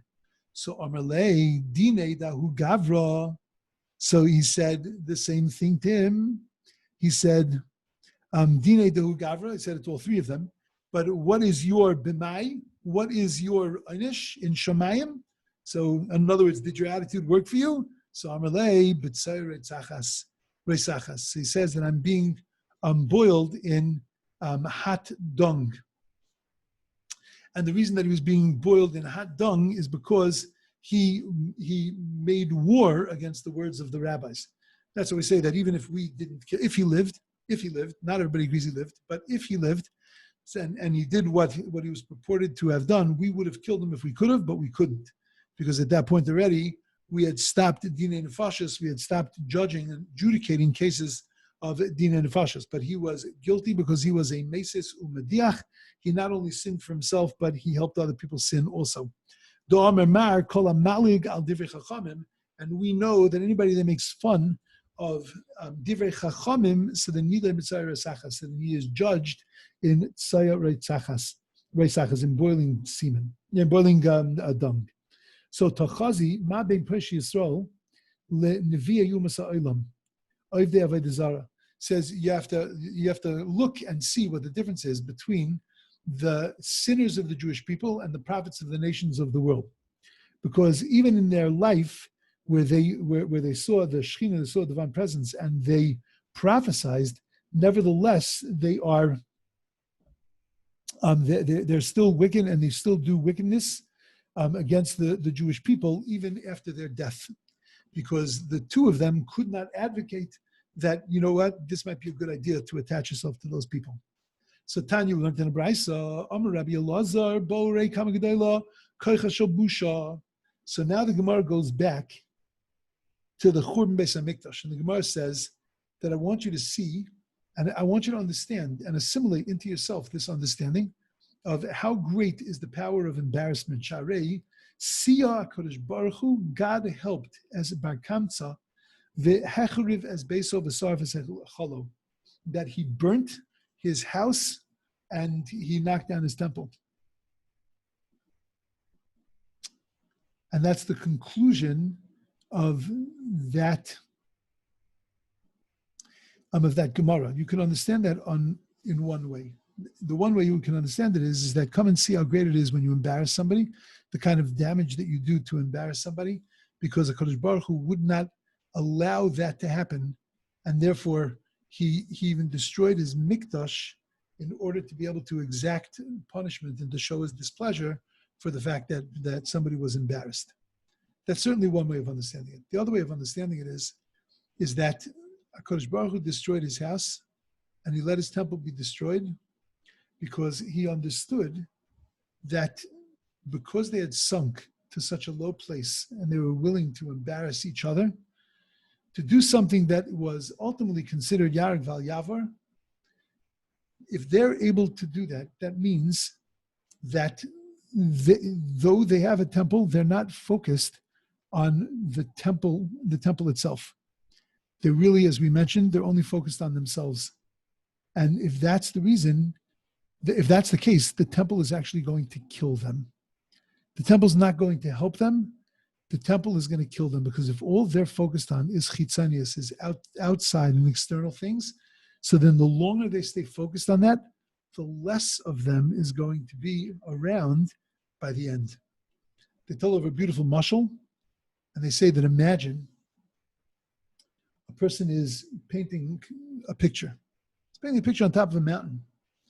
And he's trying to get perspective so that he can help his picture. And he starts to step back from the picture. And he gets closer and closer to the edge of the mountain. And people start screaming at him and say, don't do that. You're too close to the edge. You're going to fall off. You're going to get killed. And he doesn't hear them. And then, as he's about to step off the mountain, the only thing that could be done is that one of the people goes and smashes the picture and throws it down to the ground. And the guy wakes up and he looks at him and says, what did you do? Why did you ruin my picture? He said, because you were so focused on the picture and you couldn't see anything else around you. And therefore I had to destroy the picture because it was going to kill you. It was going to destroy your life. And maybe that's the final conclusion of the Gemara. That bo rei kama gedola koicha shel busha. That what is the koich of busha? How can you embarrass somebody in public? Because you're not thinking about them. You're not a roya es hanoilad. You're not understanding what you're doing to them, how you're affecting them, how you're ruining their lives. You're not thinking about them. It's all about you and the advantage that you're going to get. And therefore, you're only focused on yourself. You're focused on chitzonius. You're focused on external things. You're still praying. You're still bringing sacrifices. You're still doing all that stuff, but it's not real. There's nothing inside there. It's all external things. And therefore, I have to destroy those external things so that you wake up and maybe start to look outside of yourself.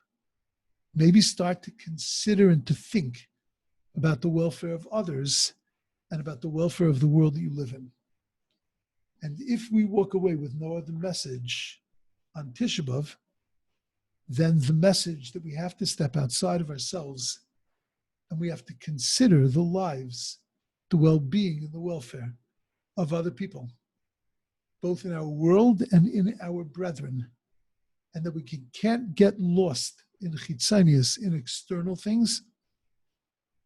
Then if we have learned that lesson, then we have learned the lesson that will get us back on the road to Geula, back on the road to redemption. Okay, I'm going to stop here. Everyone should have a meaningful rest of the fast. You too, Rabbi. Thank you, Rabbi. Have an easy fast. You too. Thank you. Thank you. Thank you, Rabbi. Just quick commercial. Thank you, Rabbi. Too late for commercial. It's all right. Okay. Take care, everyone. Go ahead. What's the commercial? What's the commercial? The commercial is just that every morning, 8:45 to 9:15, I give a shir in Pirkei Avos on the same Zoom. Anybody wants to join, they're more than welcome to, from Sunday to Thursday. So the next shir will be on next Sunday. All right. Thank you. Have a good day. You too. Thank you.